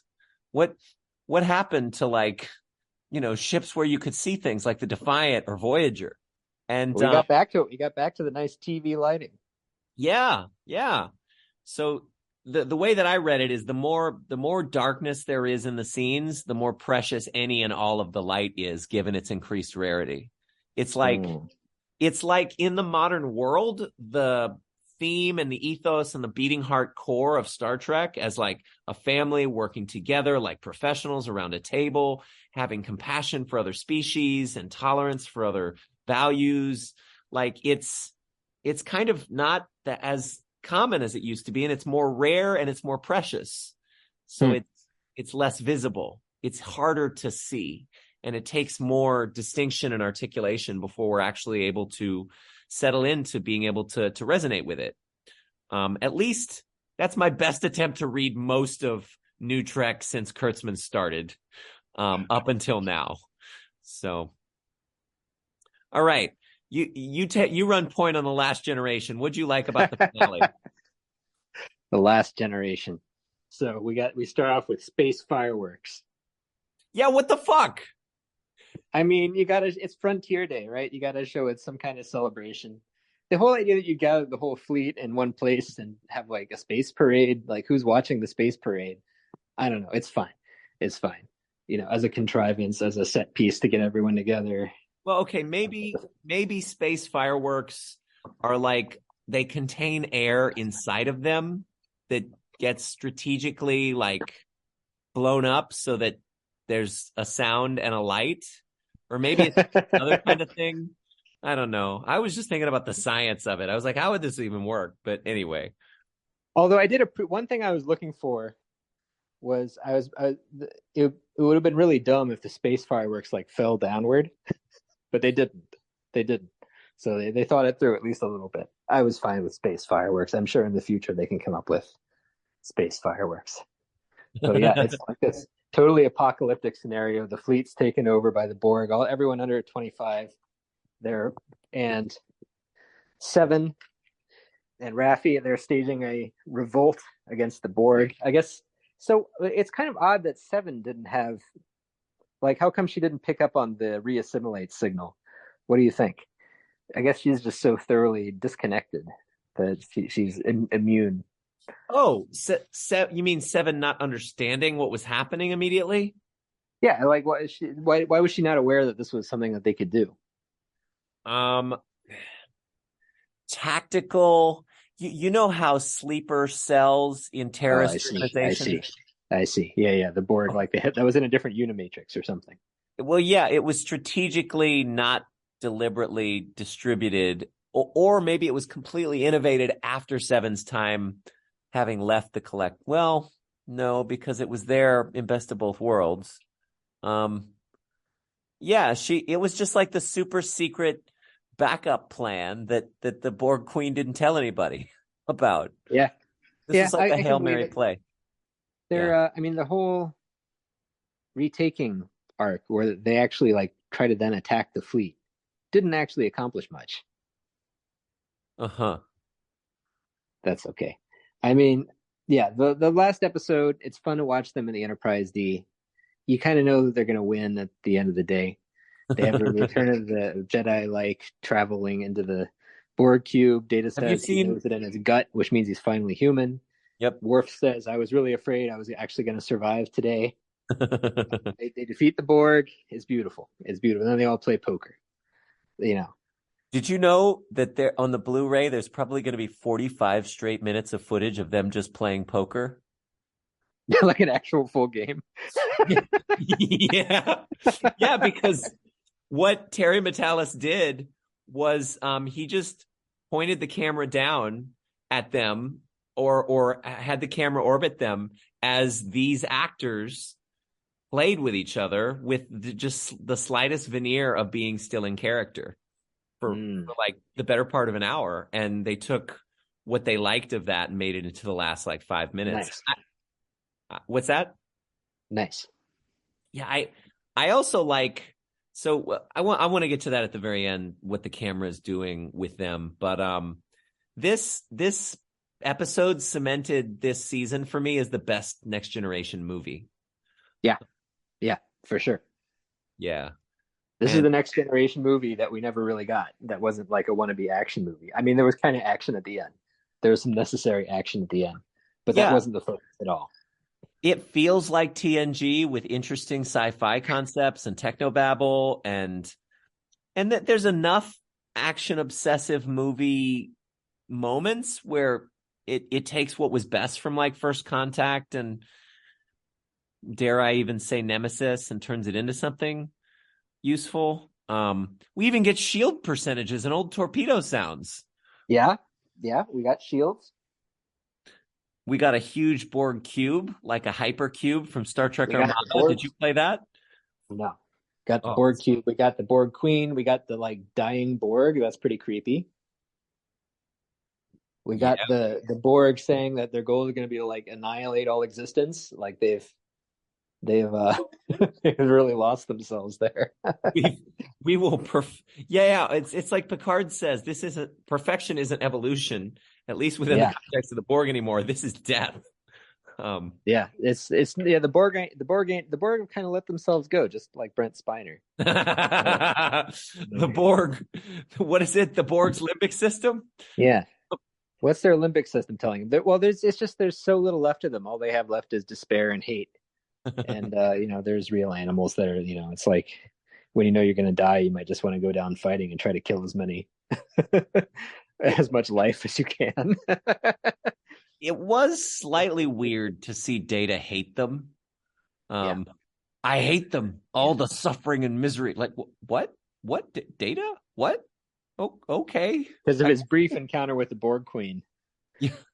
Yeah, where we read him back in the day as carefully like a James Bond style spy, deploying his emotions in order to seduce her so that he could break Picard out and save the situation or whatever. Yeah, that I'll never Jean-Luc joining the collective again was that was a nice emotional moment to willingly. He just kind of stabbed himself with the wires there to reconnect him. Well, one must assume that in the same way that he knew exactly where to shoot or cue, he knew exactly where to poke himself to reach his own brain. Yep. He performed brain surgery on himself with that stabby thing. So Terry Metalis is asked on a podcast, what made you do this? And he says, well, we got Patrick Stewart in a room, and I asked him, what is Picard's greatest trauma? And he said, being assimilated by the Borg. And he said, all right, well, what would the worst thing that could ever happen to Picard be? And he said, well, having to return to the collective. So like, this is entirely, I mean, the great bane of seasons 1 and 2 is that Patrick Stewart was an executive producer. Like, arguably, that's why. Yeah. I'm aware of that theory, that he was just sort of running it as a self-indulgence. Yeah. And yet, he does seem to, between him and a real Star Trek fan who watched the show and loved the show, I don't know, Patrick Stewart may have liked the show, may have loved the show, whatever. But like they figured out an emotional moment, and the beating heart core of it, man, there are so many moments surrounding this. Like, moments of compassion for me were like, I too thought there was something wrong with me, and I waited on my vineyard to die alone. And then I realized, and it's a little bit codependent, but it's like still super sweet and like feels really good. Like, oh, you're the missing part of me. And I was with a woman who had an abortion like 4 or 5 years ago, at one point, and that switched on the desire to be a father in me. Like, and it's echoed throughout everything that I've done. And I've looked at my life several times since, and I'm like, would I be further along if I had the motivation of a child to support? And I think it might be true. I think I might be. So I think there's something really deep in the human psyche of a man who has a man child that pulls him out of himself and pushes him to his highest potential, emotionally, physically, spiritually. And Picard, like, he matures in the only way left available to him as a character by realizing, holy shit, my primary value is to serve, support, and love this offspring of mine now. And he does that. And I was just like, whoa, because he offers to stay. And then surrounding this, you get all these other amazing moments, like Beverly deciding to kill the beacon. Like Beverly, who's massively skilled at firing torpedoes and shit now. Like Geordi turns to her, and I'll never forget that. The cinematography and the looks between those two, like, you're going to have to do this. And then she nods, and then Geordi kind of catches in his throat. He's like crying a little bit because he realizes he's just ordered her to kill everyone they care about. And then she goes along with it. And then Deanna, when she, through tears stifled, she says, Will, you'll have about a minute to get out of there. Like that. Anyway, I can't really get over those. That's really it. Like, what would be the only thing that could get Picard to reconnect to the Borg willingly? It would have to be to save his son. Yeah. That's the core. And I don't care if Steve thinks that this is fucking fan fiction. Yeah, well, it's an unapologetic argument for the value of nostalgia. That's my thesis. Actually, as such, it's going to look like fan fiction. It's an unapologetic argument for the value of fan fiction. It's just fan fiction that's supported by Paramount as part of the franchise. I think they did learn their lesson from Star Trek. What was that they okay, got it. 5 minutes, no more. Prelude to Axanar. They were going to do Star Trek Axanar, and they quashed these fan-made films. But I think somewhere in the psyche of Alex Kurtzman or the people who've been making it, they realized we should really get fans to make this shit, because fans really care and they're going to make good shit. So anyway, rounding out my thoughts about this episode, I liked that Worf always wears his new sword. That was cool. That's cool. Like, and it's actually useful. I like that the Borg in command of the Titan, they say fire, fire, fire. The way you'd expect from a computer in a loop. Seven's speech rallying everybody, including the cook. That was a moment of compassion for me. The way that Jack decides to leave the collective, it implies that, see, the way that everybody gets unassimilated implies to me that it's cybernetically less strong and integrated of an assimilation. Like it's a continued transmission signal based activation of certain genes that then get inactivated when the transmission stops. Like, I buy that. There's no suffering, no loneliness, no fear. It's perfect. The Borg delusion is strong. I love you, Imzadi. So Riker's love projected telepathically, like he just gives that energy out, is what enables Deanna to find Riker and Picard in the same way that she found the scimitar in Nemesis. It's just, instead of her hatred, it's her love and her experience of love. So she's sensing emotions like a GPS, which is cool. Seven holds a recent... So when Sidney LaForge gets unassimilated, there's this really beautiful moment that reminds me of the moment that Janeway held Seven back in The Gift of season 4 of Voyager. She empathizes with the pain of just having been taken over and used and abused and basically like raped by the Borg. And you can see Ashley Sharp, or whatever her name is, that character is crying because she's like, oh my God, what have I done? And Seven is right there to reassure her and nurture her. She has basically become what Janeway was for her. And I thought that was like fucking cool. The color of the opening titles is blue, just like the 3rd season of the original Trek. The Picard was 3 seasons total, just like the original series. And then to conclude, we don't know how much damage was done to the Earth cities, but they kind of hand wave that, whatever. And then the camera at the end, when it's recording them playing poker, it's telling us that the exploration of the relationships and the connections between these characters was always as central and important as was the exploration of space and the unknown. And that, to me, that's the crescendo thematically of the whole show and the whole franchise.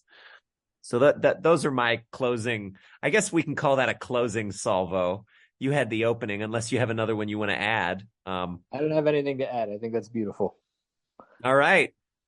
Well, thank you, listeners, for being a part of this. This has been our longest podcast recording. We're glad to participate in the public discourse around Star Trek Picard. Please comment, like, share, subscribe. There will be more. I can't tell you when or how much or about what, but I promise you there will be, because I'll keep pestering Richard until we do.